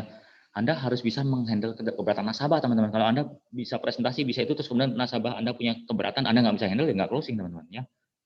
Oke, contoh case handling objection teman-teman. Kebetulan bulan Juli lalu saya ada closing lumayan gede teman-teman ya, PCB 88, premi API 500 juta teman-teman ya. Itu sebenarnya case yang kebetulan ya teman-teman ya, bukan apa ya. Ya Tuhan baik ya teman-teman. Tiba-tiba saya dapat case itu ya. Saya prospek teman saya, terus singkat cerita dia tertarik, tapi ada handling objection-nya ya. Dia ngomong gini, oh bagus juga ya ini. Terus dia ngomong, UP-nya segini. Misalnya contoh nih, bayar segini dapat UP segini sampai 88. Kan teman-teman tahu ya PCB 88 kan intinya meninggal dibayar, nggak meninggal dibayar, nggak terjadi apa dibayar, ya kan? Saya ngomong gitu, terus dia ngomong, oh bagus juga ya. Nah dia tertarik, tapi ada handling objection-nya. Dia cuma ngomong gini, bro, tapi kalau lu punya ini kan kita masih 40-an tahun, dia 40-an lebih ya. Kalau 40 tahun lagi, lu punya mana menang dibandingin dengan emas gitu. Gua tuh banyak main emas bro gitu. mendingan gue taruh emas lah. Emas 10 tahun lalu berapa? 10 tahun lagi pasti lebih gede dari lu punya lah gitu. Nah, itu objection pertama, teman-teman. Saya ngomong gini, ya benar juga sih, kalau lu ngomong gitu pasti emas lebih oke, gue juga akan milih emas gitu. Terus, tapi saya ngomong gini, bro, tapi menurut gue, apakah menurut lu lebih baik lu punya pernah dengar istilah don't put your egg into one basket nggak? Teman-teman lu harus punya beberapa tempat gitu. Emas itu bagus long termnya, tapi kalau ini terjadi jangka pendek, emas lu nggak akan secepat ini bro gitu.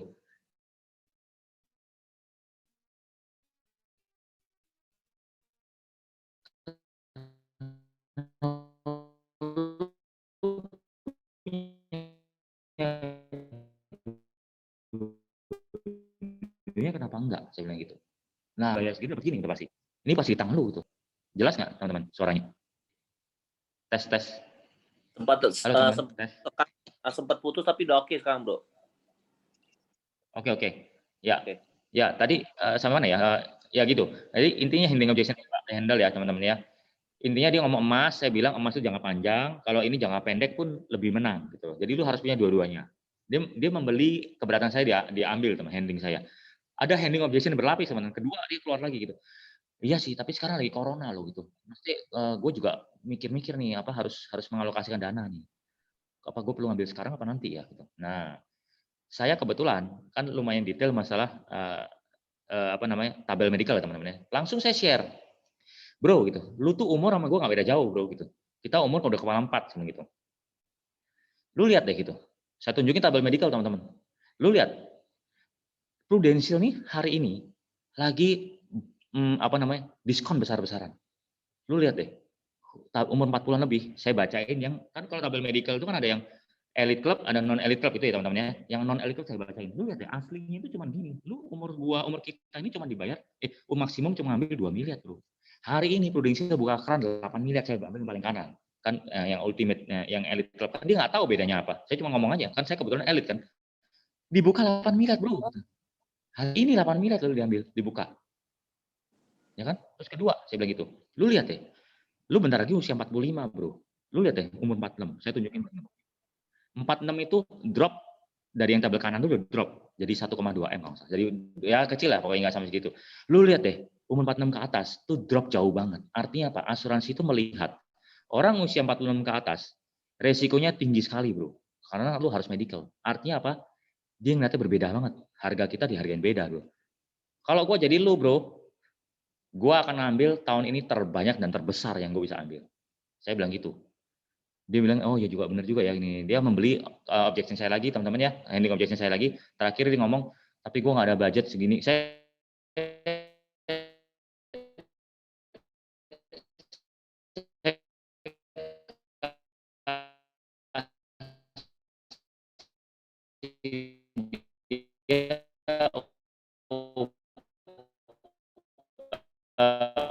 premi 800 juta waktu itu ya, sekitar 500. Akhirnya singkat cerita saya closing di mengatasi keberatan nasabah Anda, harus mengenal nasabah Anda sukanya apa, nggak sukanya apa, worry-nya apa. Prinsipnya itu. Halo, putus-putus ya? Udah oke sekarang bro, udah oke. Ya sorry, signalnya nggak oke nih. Ya, trial closing teman-teman ya, terakhir. Trial closing itu kalau saya boleh ngomong, memaksa orang closing tanpa berasa dipaksa orangnya. Ya, caranya gimana maksa orang closing?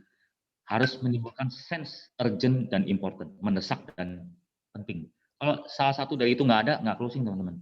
Kalau dia merasa, oh bagus ya, tapi ntar aja deh, dia nggak merasa urgent, nggak closing. Jadi teman-teman harus menimbulkan rasa urgent dan important. Ya, contoh case. Dulu ketika belum ada PPH Plus, ada PPH ya teman-teman. Ini ranah teknis ya. Dulu dia PPH Plus belum ada PPH. PPH itu sama sesuai tagihan, tapi ada limit-limit kamarnya teman-teman ya. Ada limit kamar ya, sorry apa? Pas bilang nggak ada dana boleh diulang.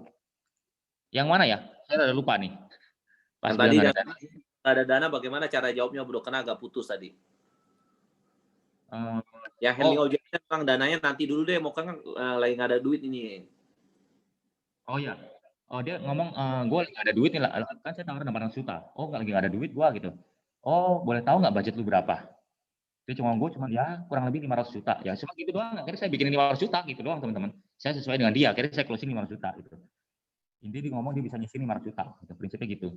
Ya. Oke. Nah, ini trial closing urgent dan important, teman-teman ya. Saya ada closing waktu itu nasabah, dia punya PHS, lalu dia upgrade ke PPH biasa.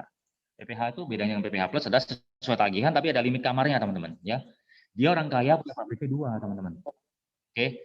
Tapi dia ngomong, gue nggak mau mahal-mahal, gue nggak mau Singapura deh, gue maunya yang Malaysia aja, yang kamar 2 juta gitu. Karena kamar 4 juta, 8 juta tuh mahal gitu, dia bilang gitu.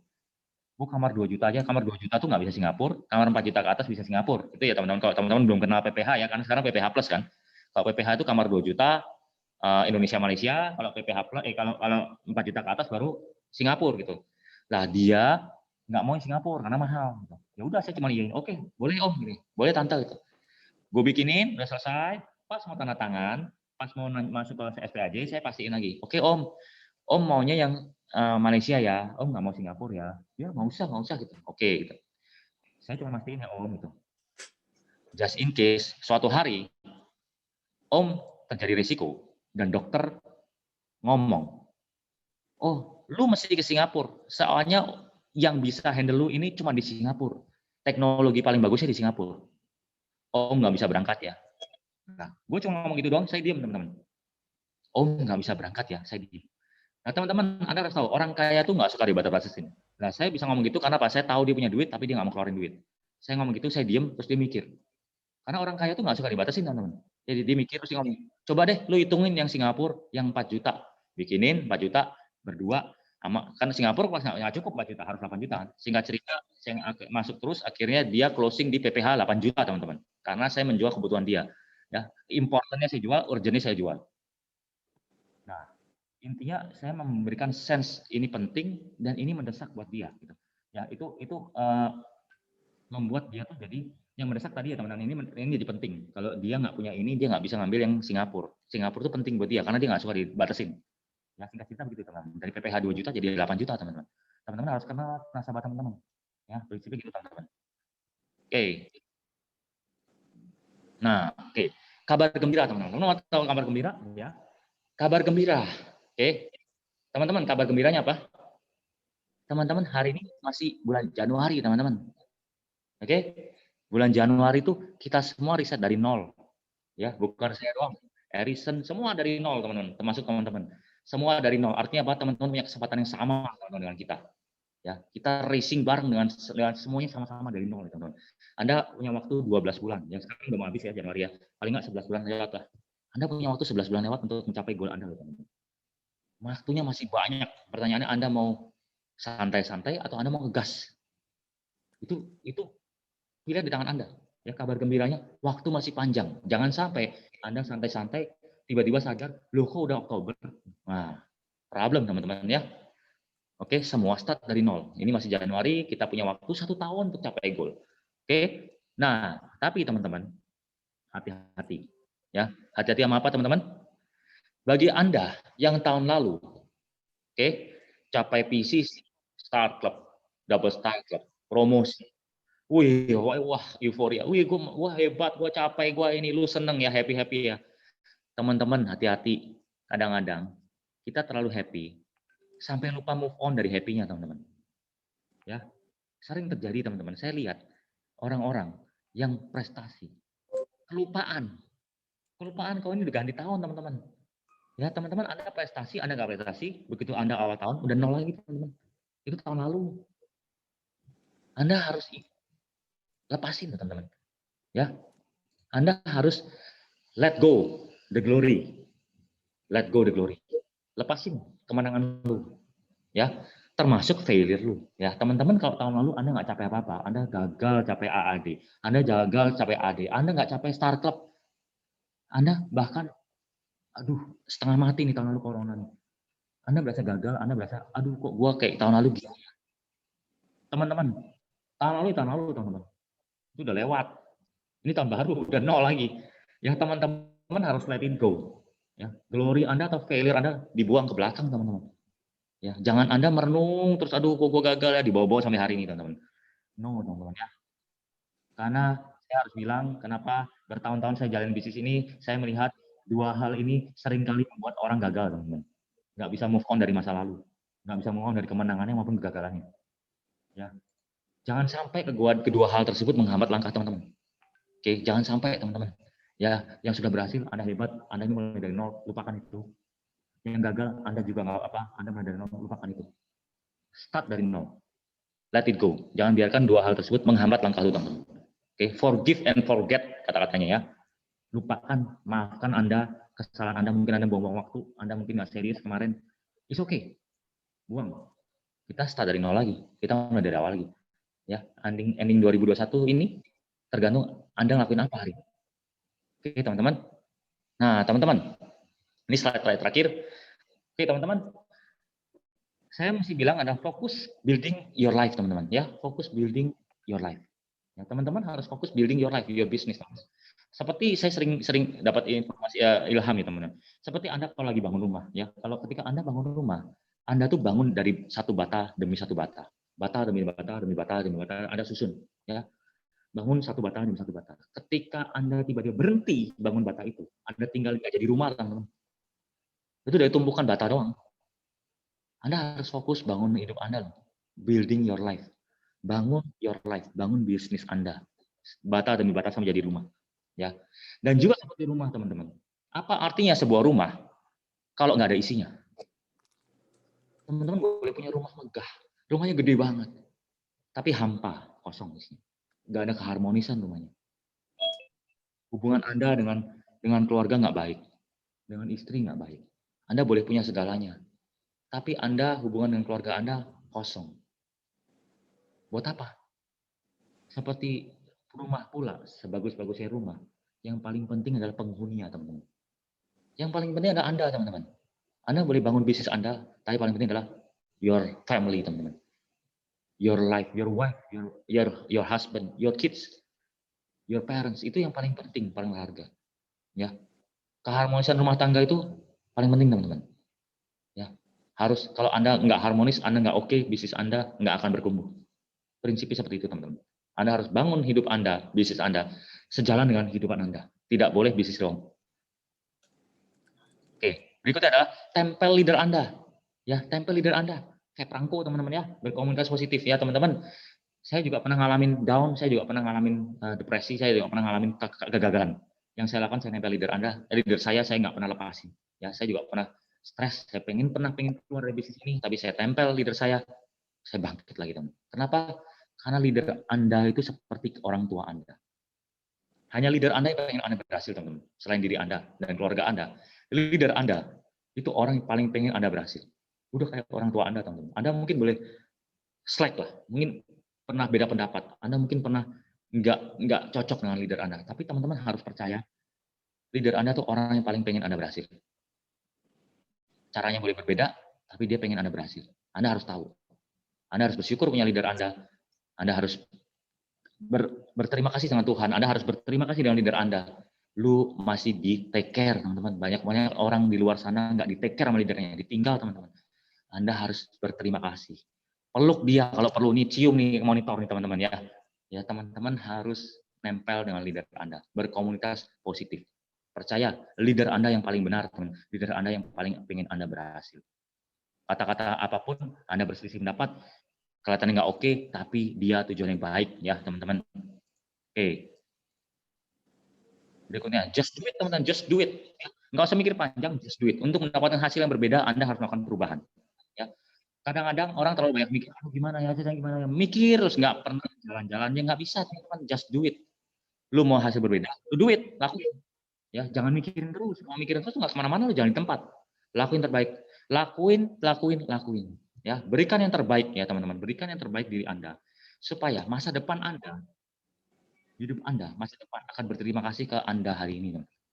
Ya, lakuin yang terbaik supaya masa depan Anda ngomong ke Anda, untung waktu itu lu memutuskan apa yang lu ambil hari ini. Oke. Do your best ya. Apapun yang Anda capai, 5 tahun, 10 tahun lagi, 5 tahun, 10 tahun ke depan, itu adalah hasil dari sebuah keputusan yang Anda buat hari ini, teman-teman.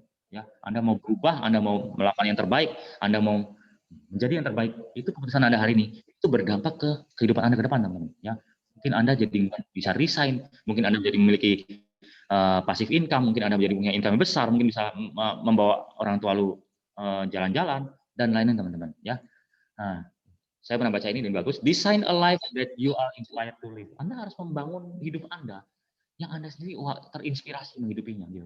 Design a life that you are inspired to live, teman-teman. Rancanglah sebuah kehidupan yang menginspirasi orang lain dan diri Anda, teman-teman. Ya, oke teman-teman. Sekian dari saya. See you at the top, teman-teman. Waduh, thank you suhu gua. Waduh, koko gua 28 kilo turunnya, gila ya. Gua emes tuh, bro.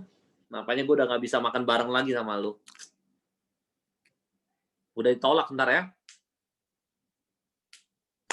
Brother, Koko Richard, ada yang nanya. Ini sebelum pertanyaan yang berat-berat, kita jawab pertanyaan ya. Sebelum jawab yang pertanyaan di layar, gua tanya dulu. Jadi kalau gua beri orang yang manja, tiba-tiba keluar ke Amerika karena ikut-ikutan, bener ya? Ikut-ikutan. Di sono sekolah. Di sono sekolah dong. Sekolah. Bukan pengangguran, sekolah. Lulus. Pulang jadi EY. Ya. Masuk ke Sinarmas Telkom, friend. Ya, Smart Friend. Dulu Smart Telkom namanya. Oh ya, kan friend ya. Nah, di situ buka baby ya. Bener ya baby ya? Perlengkapan bayi ya, benar. Tiba-tiba dijelasin bisnis asuransi dijebak di Excelso CP. Ya. Oke. Bro, gue pengen tanya, waktu lu datang kan si Cedobora kan yang jalanin awalnya dulu. Yes. Waktu dia bilang ikut acara Meridiana, dia pulang dia mau jadi agent, dia ceritakan nggak kenapa alasannya mau jadi agent? Lu tanya nggak? Atau lu bebasin aja gitu aja dulu? Karena lu nggak jelasin itu. Dia nggak cerita dan gue nggak nanya. Gue nggak mau tahu karena dia tahu dia nggak bisa diem.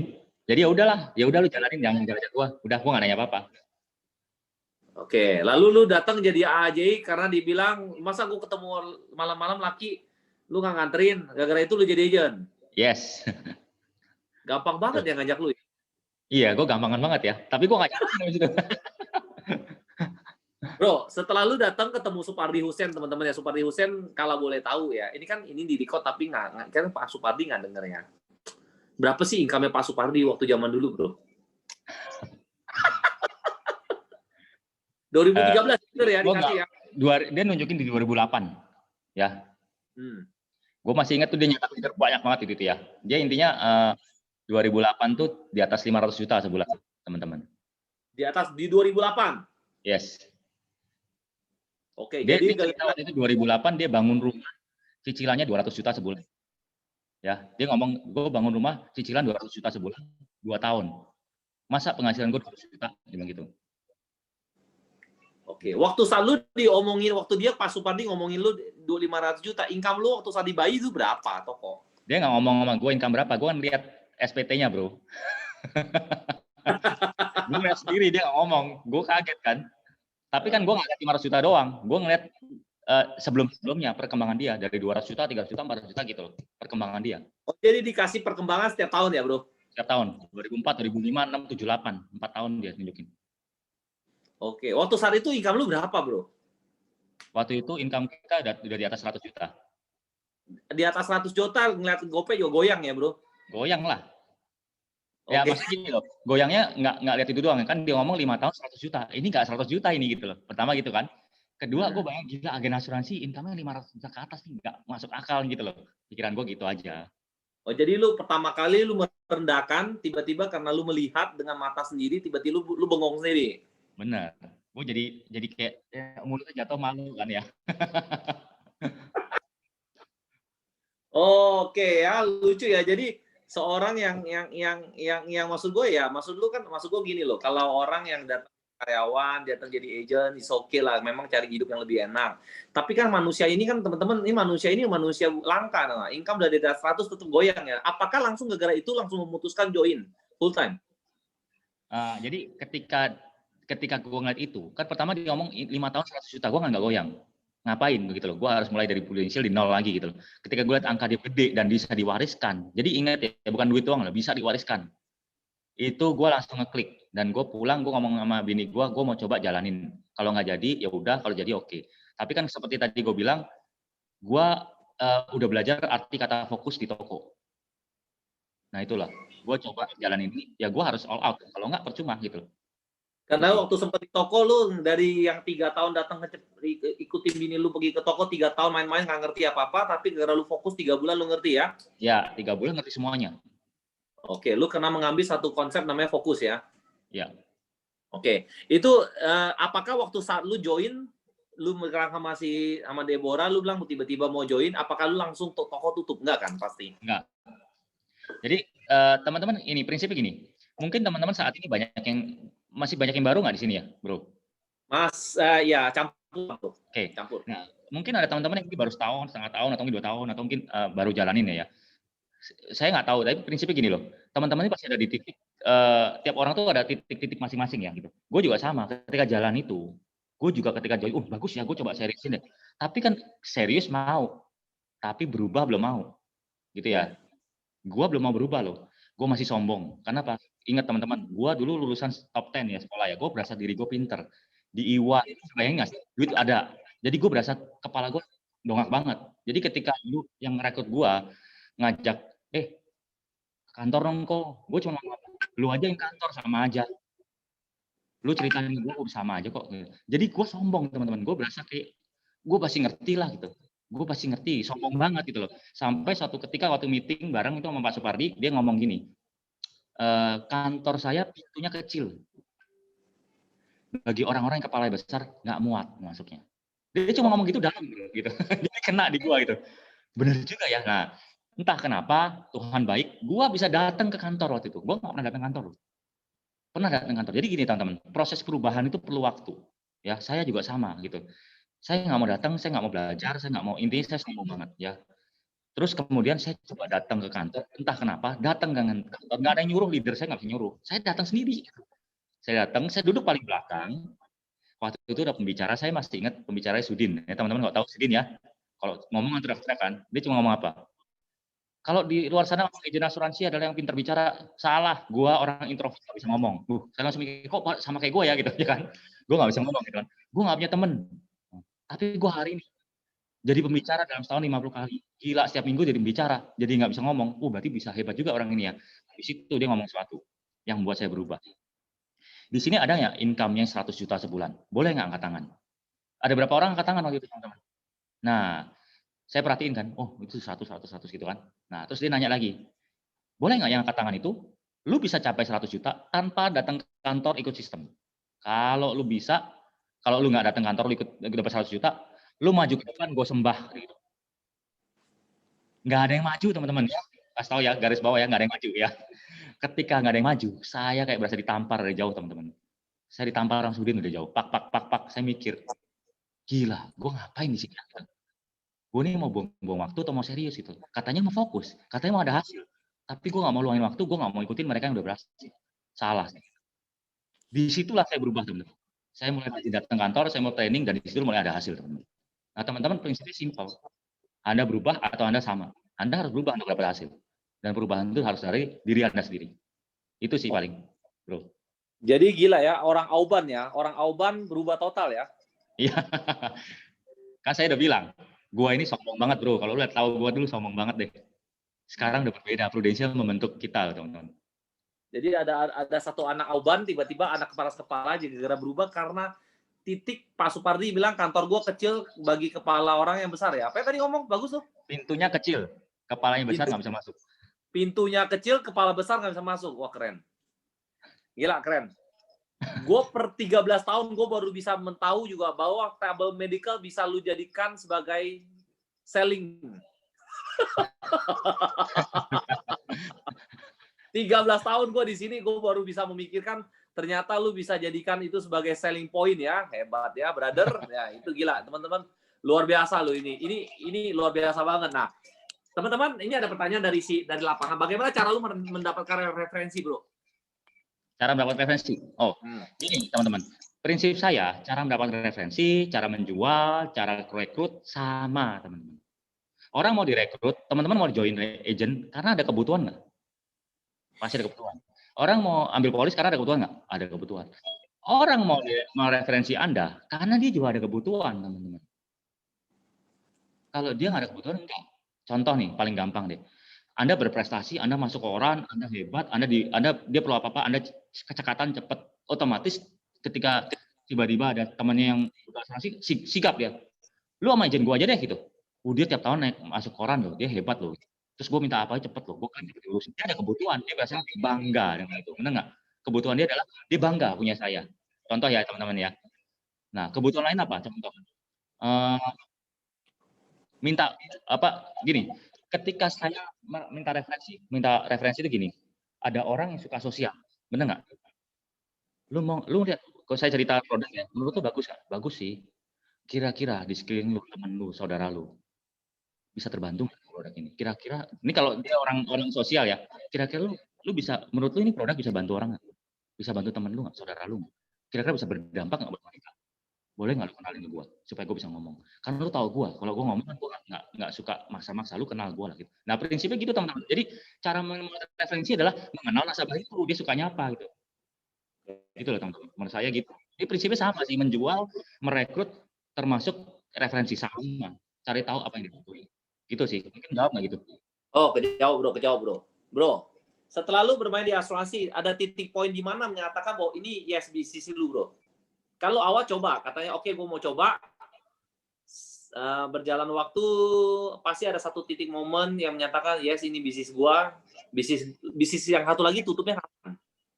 Setelah lu jalan, kenapa lu mau tutupin? Titik poin mana of truth-nya di mana bro? Oke. Ya, teman-teman pasti gini, kalau orang baru ya, orang yang belum terlalu kenal Prudential, pasti mikir gila ngapain nggak punya bisnisnya ditutup? Ngapain punya banyak lah, kita pasti banyak pertanyaan gitu. Kenapa nggak double aja? Kenapa nggak double Nah, gitu? kenapa nggak double aja ya? Nah, teman-teman prinsipnya gini, saya mulai klik bukan ketika income saya udah sebesar toko saya, bukan. Karena saya ngeklik itu waktu saya dulu di dulu SUM ya, apa AAD ya dulu ya. Ya, SUM. ya dulu namanya AAD itu ada 2 level ya, dulu SUM ya. Saya dulu waktu SUM saya ngeklik kenapa? Income saya waktu itu baru 50-an juta yang gitu ya. Lupa saya berapa. Saya ngeklik kenapa waktu itu? Saya bayarin klaim. Gue bayarin klaim loh.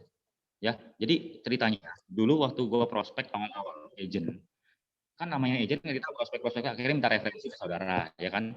Akhirnya datanglah kita ke saudara di Malang itu waktu itu. Datang sharing apa namanya referensi. Terus gue ngomong sama kalau nggak salah tantenya istri gue, ya kan? Tantenya istri gue. Ya, gue sharing waktu itu. Kan dikenalin, ngomong. Nah, ketika gue dikenalin gini terus dia ngomong dong, oh gue udah punya polis. Nah akhirnya, oh boleh gue lihat nggak? Waktu itu mungkin ya, mungkin dia sungkan. Ini kan soalnya saudaranya istri gue, ya kan? Ya udahlah, akhirnya diliatin ya kan. Nah, diliatin dia punya 3 polis. Singkat cerita, gue lihat sakit kritisnya kecil. Dia ada UP meninggal, ada hospital masih udah PHS belum PPH waktu itu. Terus ada sakit kritis, cuma 100 juta. Nah, gue cuma ngomong hari gini 100 juta cukup nggak tante gitu. Enggak sih gitu. Menurut tante kalau sakit kritis kena berapa? Butuhnya berapa minimal tante? Ya ini gue lupa cara ngomongnya karena gue caranya masih salah masih agent nih. Ya itu. Oh ya udah gini intinya dia butuh 1 M. Ini singkat cerita dia ngambil sama gue lagi 1 juta per bulan. Gue nggak tahu dia ngambil karena dia butuh atau dibantu gue. Gue nggak tahu lah udah nggak bisa bedain ya. Intinya dia ngambil, dah itu 2013 teman-teman. Januari itu 2015, 2016 ya lupa gue. Itu akhirnya dia telepon gue tiba-tiba. Richard, gue kena kanker payudara stadium 2. Terus kaget ya Tuhan. Oh gini, langsung respon gue gini. Jangan langsung tindakan dulu. Boleh nggak second opinion? Jujur ya teman-teman, gue nggak terlalu percaya dengan dokter Indonesia langsung gitu ya. Maksudnya salah gitu. Lu second opinion dulu lah. Akhirnya dia berangkat ke Penang teman-teman. Begitu berangkat ke Penang, benar ternyata stadium 2. Harus ditindak. Nah akhirnya tindakan kan. Nah hospitalnya kan ambil sama orang agent lain. Agent lain udah pindah ke planet lain teman-teman ya. Akhirnya gue yang ngurusin klaimnya. Oke. Lah dia ngambil sama gue sisi sakit kritis. Gue urusin 700 juta waktu itu keluar. Setelah terbayarkan 700 juta, kan namanya HS itu pasti nggak cukup lah teman-teman harus tahu ya, pasti nggak cukup. 700 juta kan keluar dari saya. Dia nggak ngomong sama saya apa-apa, ya dia biasa aja lah. Dia diem-diem ngomong sama mamanya, mertua saya, mamanya istri saya. Kan saudaraan ya. Dia ngomong gini, untung ya waktu itu mantu lu datang. Kalau nggak gimana nasib gua gitu. Itu nyampe ke saya teman-teman. Ketika saya dengar itu, gila kayak disambar petir teman-teman. Jeget, saya langsung diem gitu. Gila. Ini bisnis yang luar biasa. Hidup gue berdampak ke orang lain. Nggak cuman jual polis, tapi gue berdampak ke orang lain. Kalau nggak ada gue waktu itu datang ya. Berbeda. Nah itulah teman-teman. langsung berubah mindset gue, langsung merubah hidup gue, dan gue melakukan ini benar tanpa beban, gue tulus gitu loh. Intinya ya gue ngakuin untuk orang lain. Titik itu merubah titik balik ya, sampai akhirnya gue udah ngalamin klaim kanker beberapa kali ya, sampai 1 miliar lebih ada. Intinya benar-benar kita tuh berubah hidupnya, termasuk ketika tim lu udah ngomong dia ada hasil ini, nah udah nggak bisa ngomong lah. Intinya prinsipnya seperti itu, lu berdampak ke orang lain, dan gue melihat bisnis ini nggak ada di bisnis gue gitu loh. Plus satu lagi cerita, satu hari Pak Subadi ngomong sama saya, Richard, lu mau nggak, lu kan punya toko, lu mau nggak orang-orang di bawah lu hidupnya layak? Ya mau lah Pak gitu. Lu mau nggak, kalau bisa lu gaji orang di bawah lu sebesar mungkin? Mau lah. Tapi lu rela nggak? Ya enggak sih. Ya kan? Kita juga orang kocak sendiri mikir lah ya kan. Dia ngomong gini, Richard, di titik saya ini saya udah nggak mikir duit lagi loh. Saya udah pikirannya lain. Saya boleh cerita ya. Saya waktu itu pernah rekrut orang di tim saya, dokter Daniel ya. Lu tahu ya bro ya. Dokter ya, tiba-tiba datang, dia unyu-unyu, dia masih belum bisa apa-apa. Terus jalan dengan waktu 5 tahun kemudian tiba-tiba dia datang ke rumah gua, ketok-ketok pintu, masuk bersama leadernya dia, Joni, datang ke rumah gua malam-malam. Dia cuman nyalamin gua, meluk gua, nangis dia. Dia ngomong gini, "Thank you ya Pak, kalau nggak ada Bapak nggak ada hari ini." Dia pamit buka agensi. Richard, waktu dia ngomong gitu ya, gua kena loh, gua berasa gila itu, aduh gila banget rasanya. Nah, itulah rasa itu nggak bisa dibayar pakai apa-apa gitu. Udah rasanya tuh beda sekali gitu. Beda sekali gitu. Nah, itu titik balik gue ya. Kalau nanya gue, titik balik gue di situ. Gue merasa hidup gue berdampak di sini dan gue nggak ada dapat ini di kerjaan gue. Gitu sih. Jadi lu merasa pekerjaan ini ya lu di mana pekerjaan lu yang profesi lu yang sebelumnya itu lu tidak dapat, yaitu dengan nolong banyak orang ya, Bro? Ya. Gila Benar. ya. Ternyata orang keras kepala jadi lembut juga ya, Buko. Luar biasa. Teman-teman, ini mungkin karena udah jam 9, gue mau cuma ada pertanyaan, 2 pertanyaan baik. Nah, ada pertanyaan bagus tuh. Apakah langsung tutup tokonya? Ketika lu mengerti income lu nyampe langsung lu tutup? Ya, gini teman-teman. Sebenarnya ketika gue memutuskan serius di Prudential 2013 ya, gue serius nih, gue mau seriusin. Saya kan punya anak, ya income gue udah gede, pengeluaran gue udah gede bro. Kan namanya bunuh diri kayak gitu kan. Gue switch tempat dengan istri gue. Jadi istri gue yang handle toko, gue yang handle Prudential. Oke. Nah, istri gue tuh tipikal orang yang modelnya tabrak ya. Kalau prospek tuh modelnya hajar dulu baru mikir gitu ya. Kalau gue mikir dulu, ya lu tau lah, pokoknya modelnya kebalikan gitu loh. Nah, otomatis istri gue tuh kan di toko pun sama. Wah, jual ini lah. Gue tuh bagian admin yang di toko. Jadi barang itu semua yang gue yang input. Kalau nggak diinput nggak bisa kejual loh gitu. Gara-gara gue jalanin Prudential, ya ini titik pesan juga ya intinya ya. Ketika Anda jalanin sesuatu, pasti ada pengorbanan yang Anda lakuin, teman-teman. Pengorbanan yang saya lakuin itu adalah toko saya tanda kutip mau nggak mau setengah berantakan, mau nggak mau gitu loh. Ya, barang belum diinput, bini gue jual ya udahlah, gue full time malam-malam gue masukin barangnya, nggak apa-apa. Mau nggak mau teman-teman, karena Anda ngelakuin 2 kerjaan. Ya, Anda nggak bayar harga. Bagi Anda yang masih kerja kantor, Anda masih bayar harga, masih capek. Saya capek loh gitu teman-teman. Kadang harus toko buka jam 9, saya belum sempat malam masukin lembur, jam 6, jam 7 pagi saya ke toko masukin barang. Mau nggak mau, bini gue nggak bisa masuk barang waktu itu. Gue harus masukin, ya kan? Prinsip gitu loh. Dan kenapa? Karena toko masih harus jalan. Betul nggak? Pas jalanan waktu, setelah gue mulai dapat klik bisnis ini dan lain-lain, income mulai naik ya. Belum sebesar bisnis saya. Saya mulai punya keyakinan gitu loh. Ini bisa besar. Kenapa? Kita bangun manusia. Suatu hari bisa besar. Benar nggak? Nah, dan kebetulan Tuhan baik teman-teman ya. 2015, 2016, 2017 online booming ya teman-teman harus tahu ya. Tokopedia booming, semua booming ya. Bisnis retail terpukul teman-teman. Anda harus tahu terpukul lumayan keras ya. Kita omset turun lumayan banyak ya. Mungkin 30% ada kali omset turun. Nah, ketika itu saya udah ngomong sama istri saya. Ke depan ini nggak oke. Kalau lu nggak mulai fokus online. Saya bilang gitu. Ke depan lu nggak oke. Kenapa? Saya punya kakak saya itu tinggal di Amerika teman-teman. Warga negara. Dia udah ngomong, teman-teman kalau tahu ya, kalau pernah dengar Macy Department Store nggak? Kayak pernah dengar nggak? Itu kayak dia kayak Sogo gitu lah. Macy udah tutup, ini tutup. Dia kalau ngomong gila pada tutup, semua mulai toko, mulai sepi, ini. Orang udah mulai online. Saya cuma prinsip saya tuh, kiblat saya tuh negara maju. Kalau negara maju kayak kita, suatu saat Indonesia kayak gitu. Nah, saya udah ngomong sama istri saya, ini kalau kita nggak bangun online, habis pasti lama-lama. Pertanyaannya, lu mau handle online nggak? Kalau gue nggak mau, gue jujuran gitu. Kenapa? Online tuh genjat-genjatan harga, teman-teman. Udah genjat harga, kita punya toko harus melihara pegawai, bayar ongkos itu, mereka ibu rumah tangga tinggal jual harga murah-murah aja. Gue nggak mau gitu loh. Bener nggak? Nah, gue sama dia. Sooner or later kalau online matilah. Lu mau online nggak? Kalau gue nggak mau. Kalau lu mau online, lu seriusin online. Dia juga nggak tahan. Dia tuh nggak bisa admin nggak tahan dia, teman-teman. Akhirnya saya ngomongin, lu bantuin gue di Prudential lah. Balik lagi, saya tarik Prudential. Dia udah lama nggak di Prudential, teman-teman. Jadi tiap kali dia tiap jalan-jalan itu cuma nebeng nama doang dia sebenarnya. Dia nggak jalanin gitu loh. Saya ngomong, lu balik dulu deh. Lu gua butuh. Kenapa? Saya jalan di Prudential lama, saya udah ngerti kelebihan saya, kelebihan dia apa. Dia orangnya people person, gampang narik orang. Saya orang dari dia, saya yang bangun. Benar nggak, teman-teman? Nah, saya perlu dia, tapi meyakinkan dia balik sini nggak gampang. Udah saya ngerasa agent lagi gitu, teman. Akhirnya saya pelan-pelan dia nggak mau. Akhirnya sampai 2017 akhir mulai ngeklik dia, mulai coba jalanin. Dia ketemu Pak Supardi, dia ngira mulai ngeklik lah. Nah, akhirnya dia jalan balik, ya. Kemudian dia jalanin, mulai bangun dari awal, mulai prospek, mulai itu semua prospek awal-awalnya, sampai akhirnya dia berani ninggalin bisnis. Jadi kita tuh, saya udah mulai harus tutup ya, saya udah mulai ninggalin pelan-pelan ya. Puncaknya tutup ya 2019, 2020 tuh teman-teman. Tapi kita udah niat ninggalin memang gitu, ya. Jadi ketika itu udah tutup semua, corona udah sekalian tutup semua, udah diberesin. Karena memang saya nggak mengharapkan itu, karena income kita udah lebih besar juga anyway kan, gitu. Ya gitu teman-teman. Ketika kita fokus di sini pasti lebih besar. Prinsipnya gitu teman-teman. Jadi kuncinya bahwa lu bisa melihat bahwa lu sedang membangun people asset ya. Yes, betul. Karena people asset tidak mati ya, bro. Iya. Tidak stagnan ya. Betul. Memang orang auditor hitungannya uangnya kenceng, Pak. Ada pertanyaan, mungkin dari tim lu juga nih. Bagaimana cara membangun image yang biasanya cuma hanya teman datang sebagai agen asuransi? Silakan dijawab, bro. Kenapa? Bagaimana membangun image sebagai agen ke customer yang kita kenal? Ya, jadi ya datang dulunya bukan sebagai agen, tiba-tiba datang sebagai agen, image-nya bagaimana kok jadi kayak risih gitu, mungkin orang bilang. Bagaimana, bro?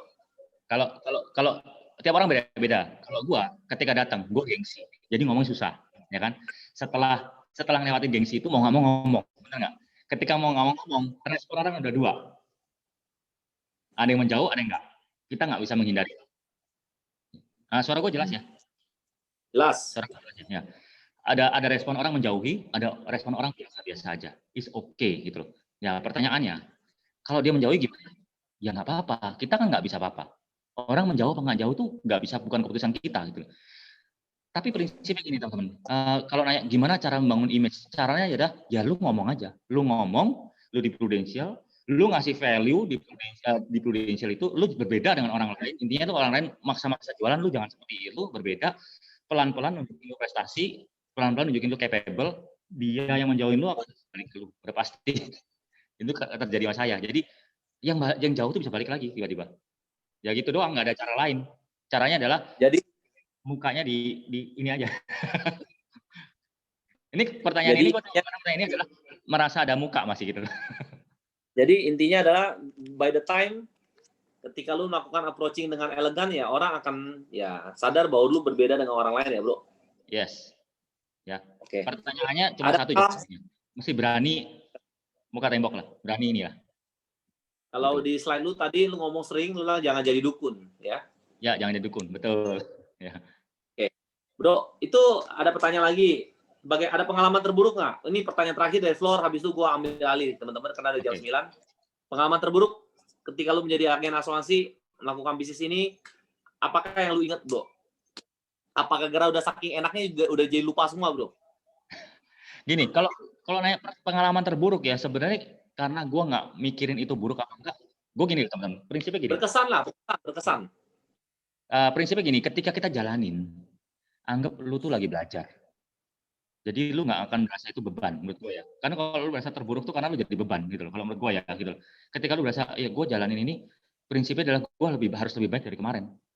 Gue harus bisa, yang kemarin nggak bisa harus bisa gitu. Kalau berkesan ya, yang berkesan itu kalau buruk nggak ada sih, gue jujur nggak kepikiran buruk ya. Bingung gue.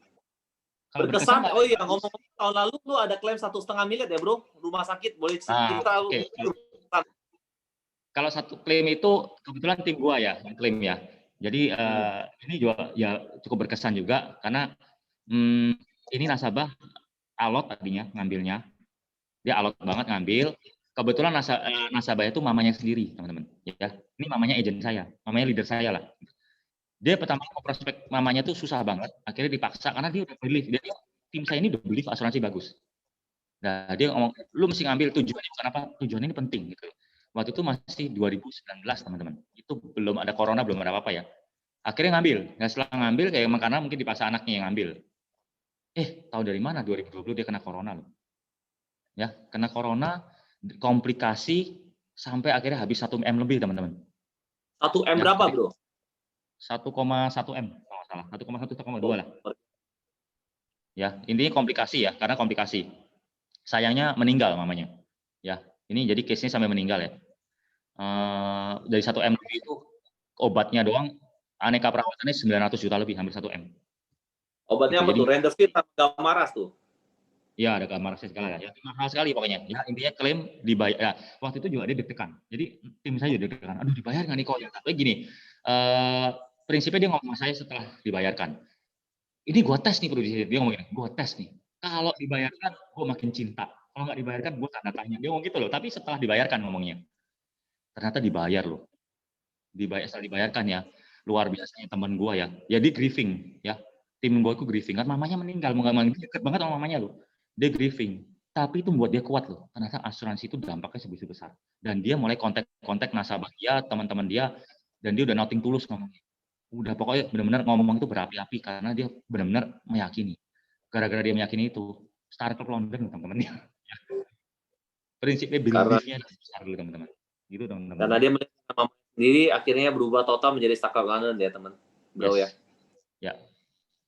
Keren. Lu punya sesi itu berisi semua, bro. Gue sampai nyatetnya banyak.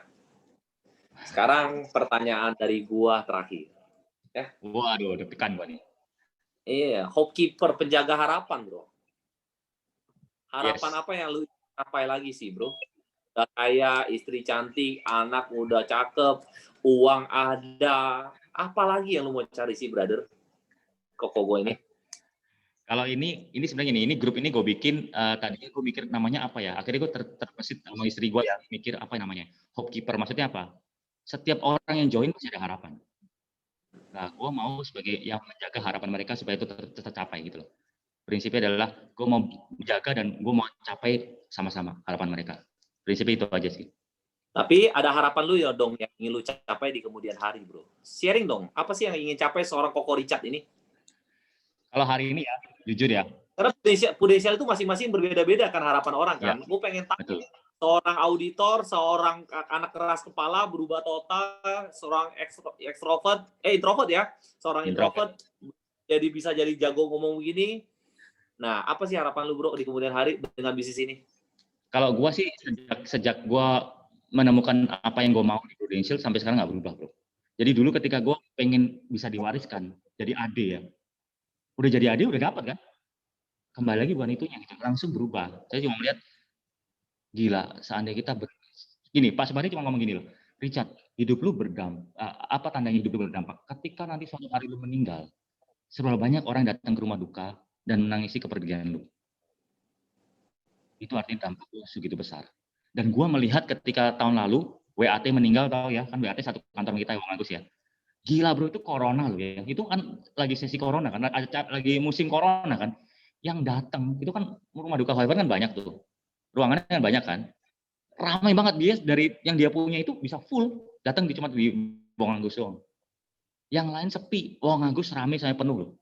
Di situ gue melihat berapa besar dampak Bang Agus terhadap timnya dia.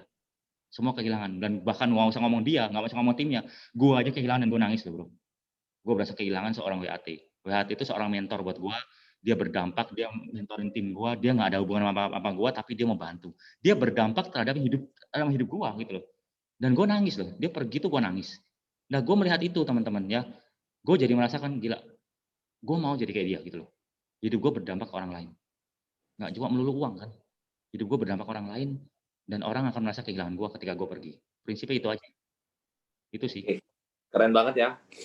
Berdampak untuk orang banyak. Dari poin dari jam 7.15 lu sharing sampai hari ini, kalau gue liatin ya lu memang ya berhati mulia juga ya bro ya. Luar biasa pokoknya satu ini. Thank you Koko Richard, thank you banget. Sharingnya luar biasa, menginspirasi. Ini kalau dari awal jam 7 sampai sekarang isi daging semua nih. Kalau durian ini tebel semua nih. Bijinya dikit, isinya banyak nih. Luar biasa teman-teman. Saya thank you sama Ko Richard. Foto dulu boleh? Kita foto. Teman-teman boleh minta video, bantu semuanya teman-teman ya. Tolong minta videonya on. Mudah-mudahan pakai bajunya yang benar ya. Jangan sampai ada baju tidur hari. Boleh teman-teman dibantu. Ada yang bisa bantu screenshot? Ko Fendi bisa bantu screenshot. Nah, ayo bantu videonya on, teman-teman. Nggak bisa screenshot pakai handphone. Oke. Gue bisa. Ayo, gue pakai komputer pas komputer. Ada yang teman-teman, ayo videonya on, belum on semua. Nggak apa-apa ya, saya cheese ya. 1, 2, 3. Ayo halaman berikutnya ya. Ayo on teman-teman, on videonya on. Ayo jangan pada malas teman-teman. Ini speaker ini unik ini unik. Ini luar biasa ini, gila loh. Gue dari tahun lalu mau undang, ayo semuanya belum pada on ini teman-teman. Bisa on semua dong, tolong teman-teman. Ayo. Videonya dibantu on. Yang halaman pertama ada on, yang halaman kedua belum on. Ayo on semua dong teman-teman. Ayo, 1, 2, 3. Oke, thank you Ko Richard. Thank you banget, brother. Suhuwa. Thank you, Ko Richard. God bless you. Ya, Thank you, Ko Richard. Thank you. Thank you, Bro Richard. Luar biasa ya, brother ya. Thank you, bro. Sekali lagi, thank you, brother. Silakan live, bro. Yo. Thank you, bro. Teman-teman, dengan ini kita berakhir ya sesi malam ini. Minggu depan, level up khusus leaders ya. Jumat baru hari Rabu masuk semua orang ikut acara Prudential teman-teman ya. Oke, thank you semuanya.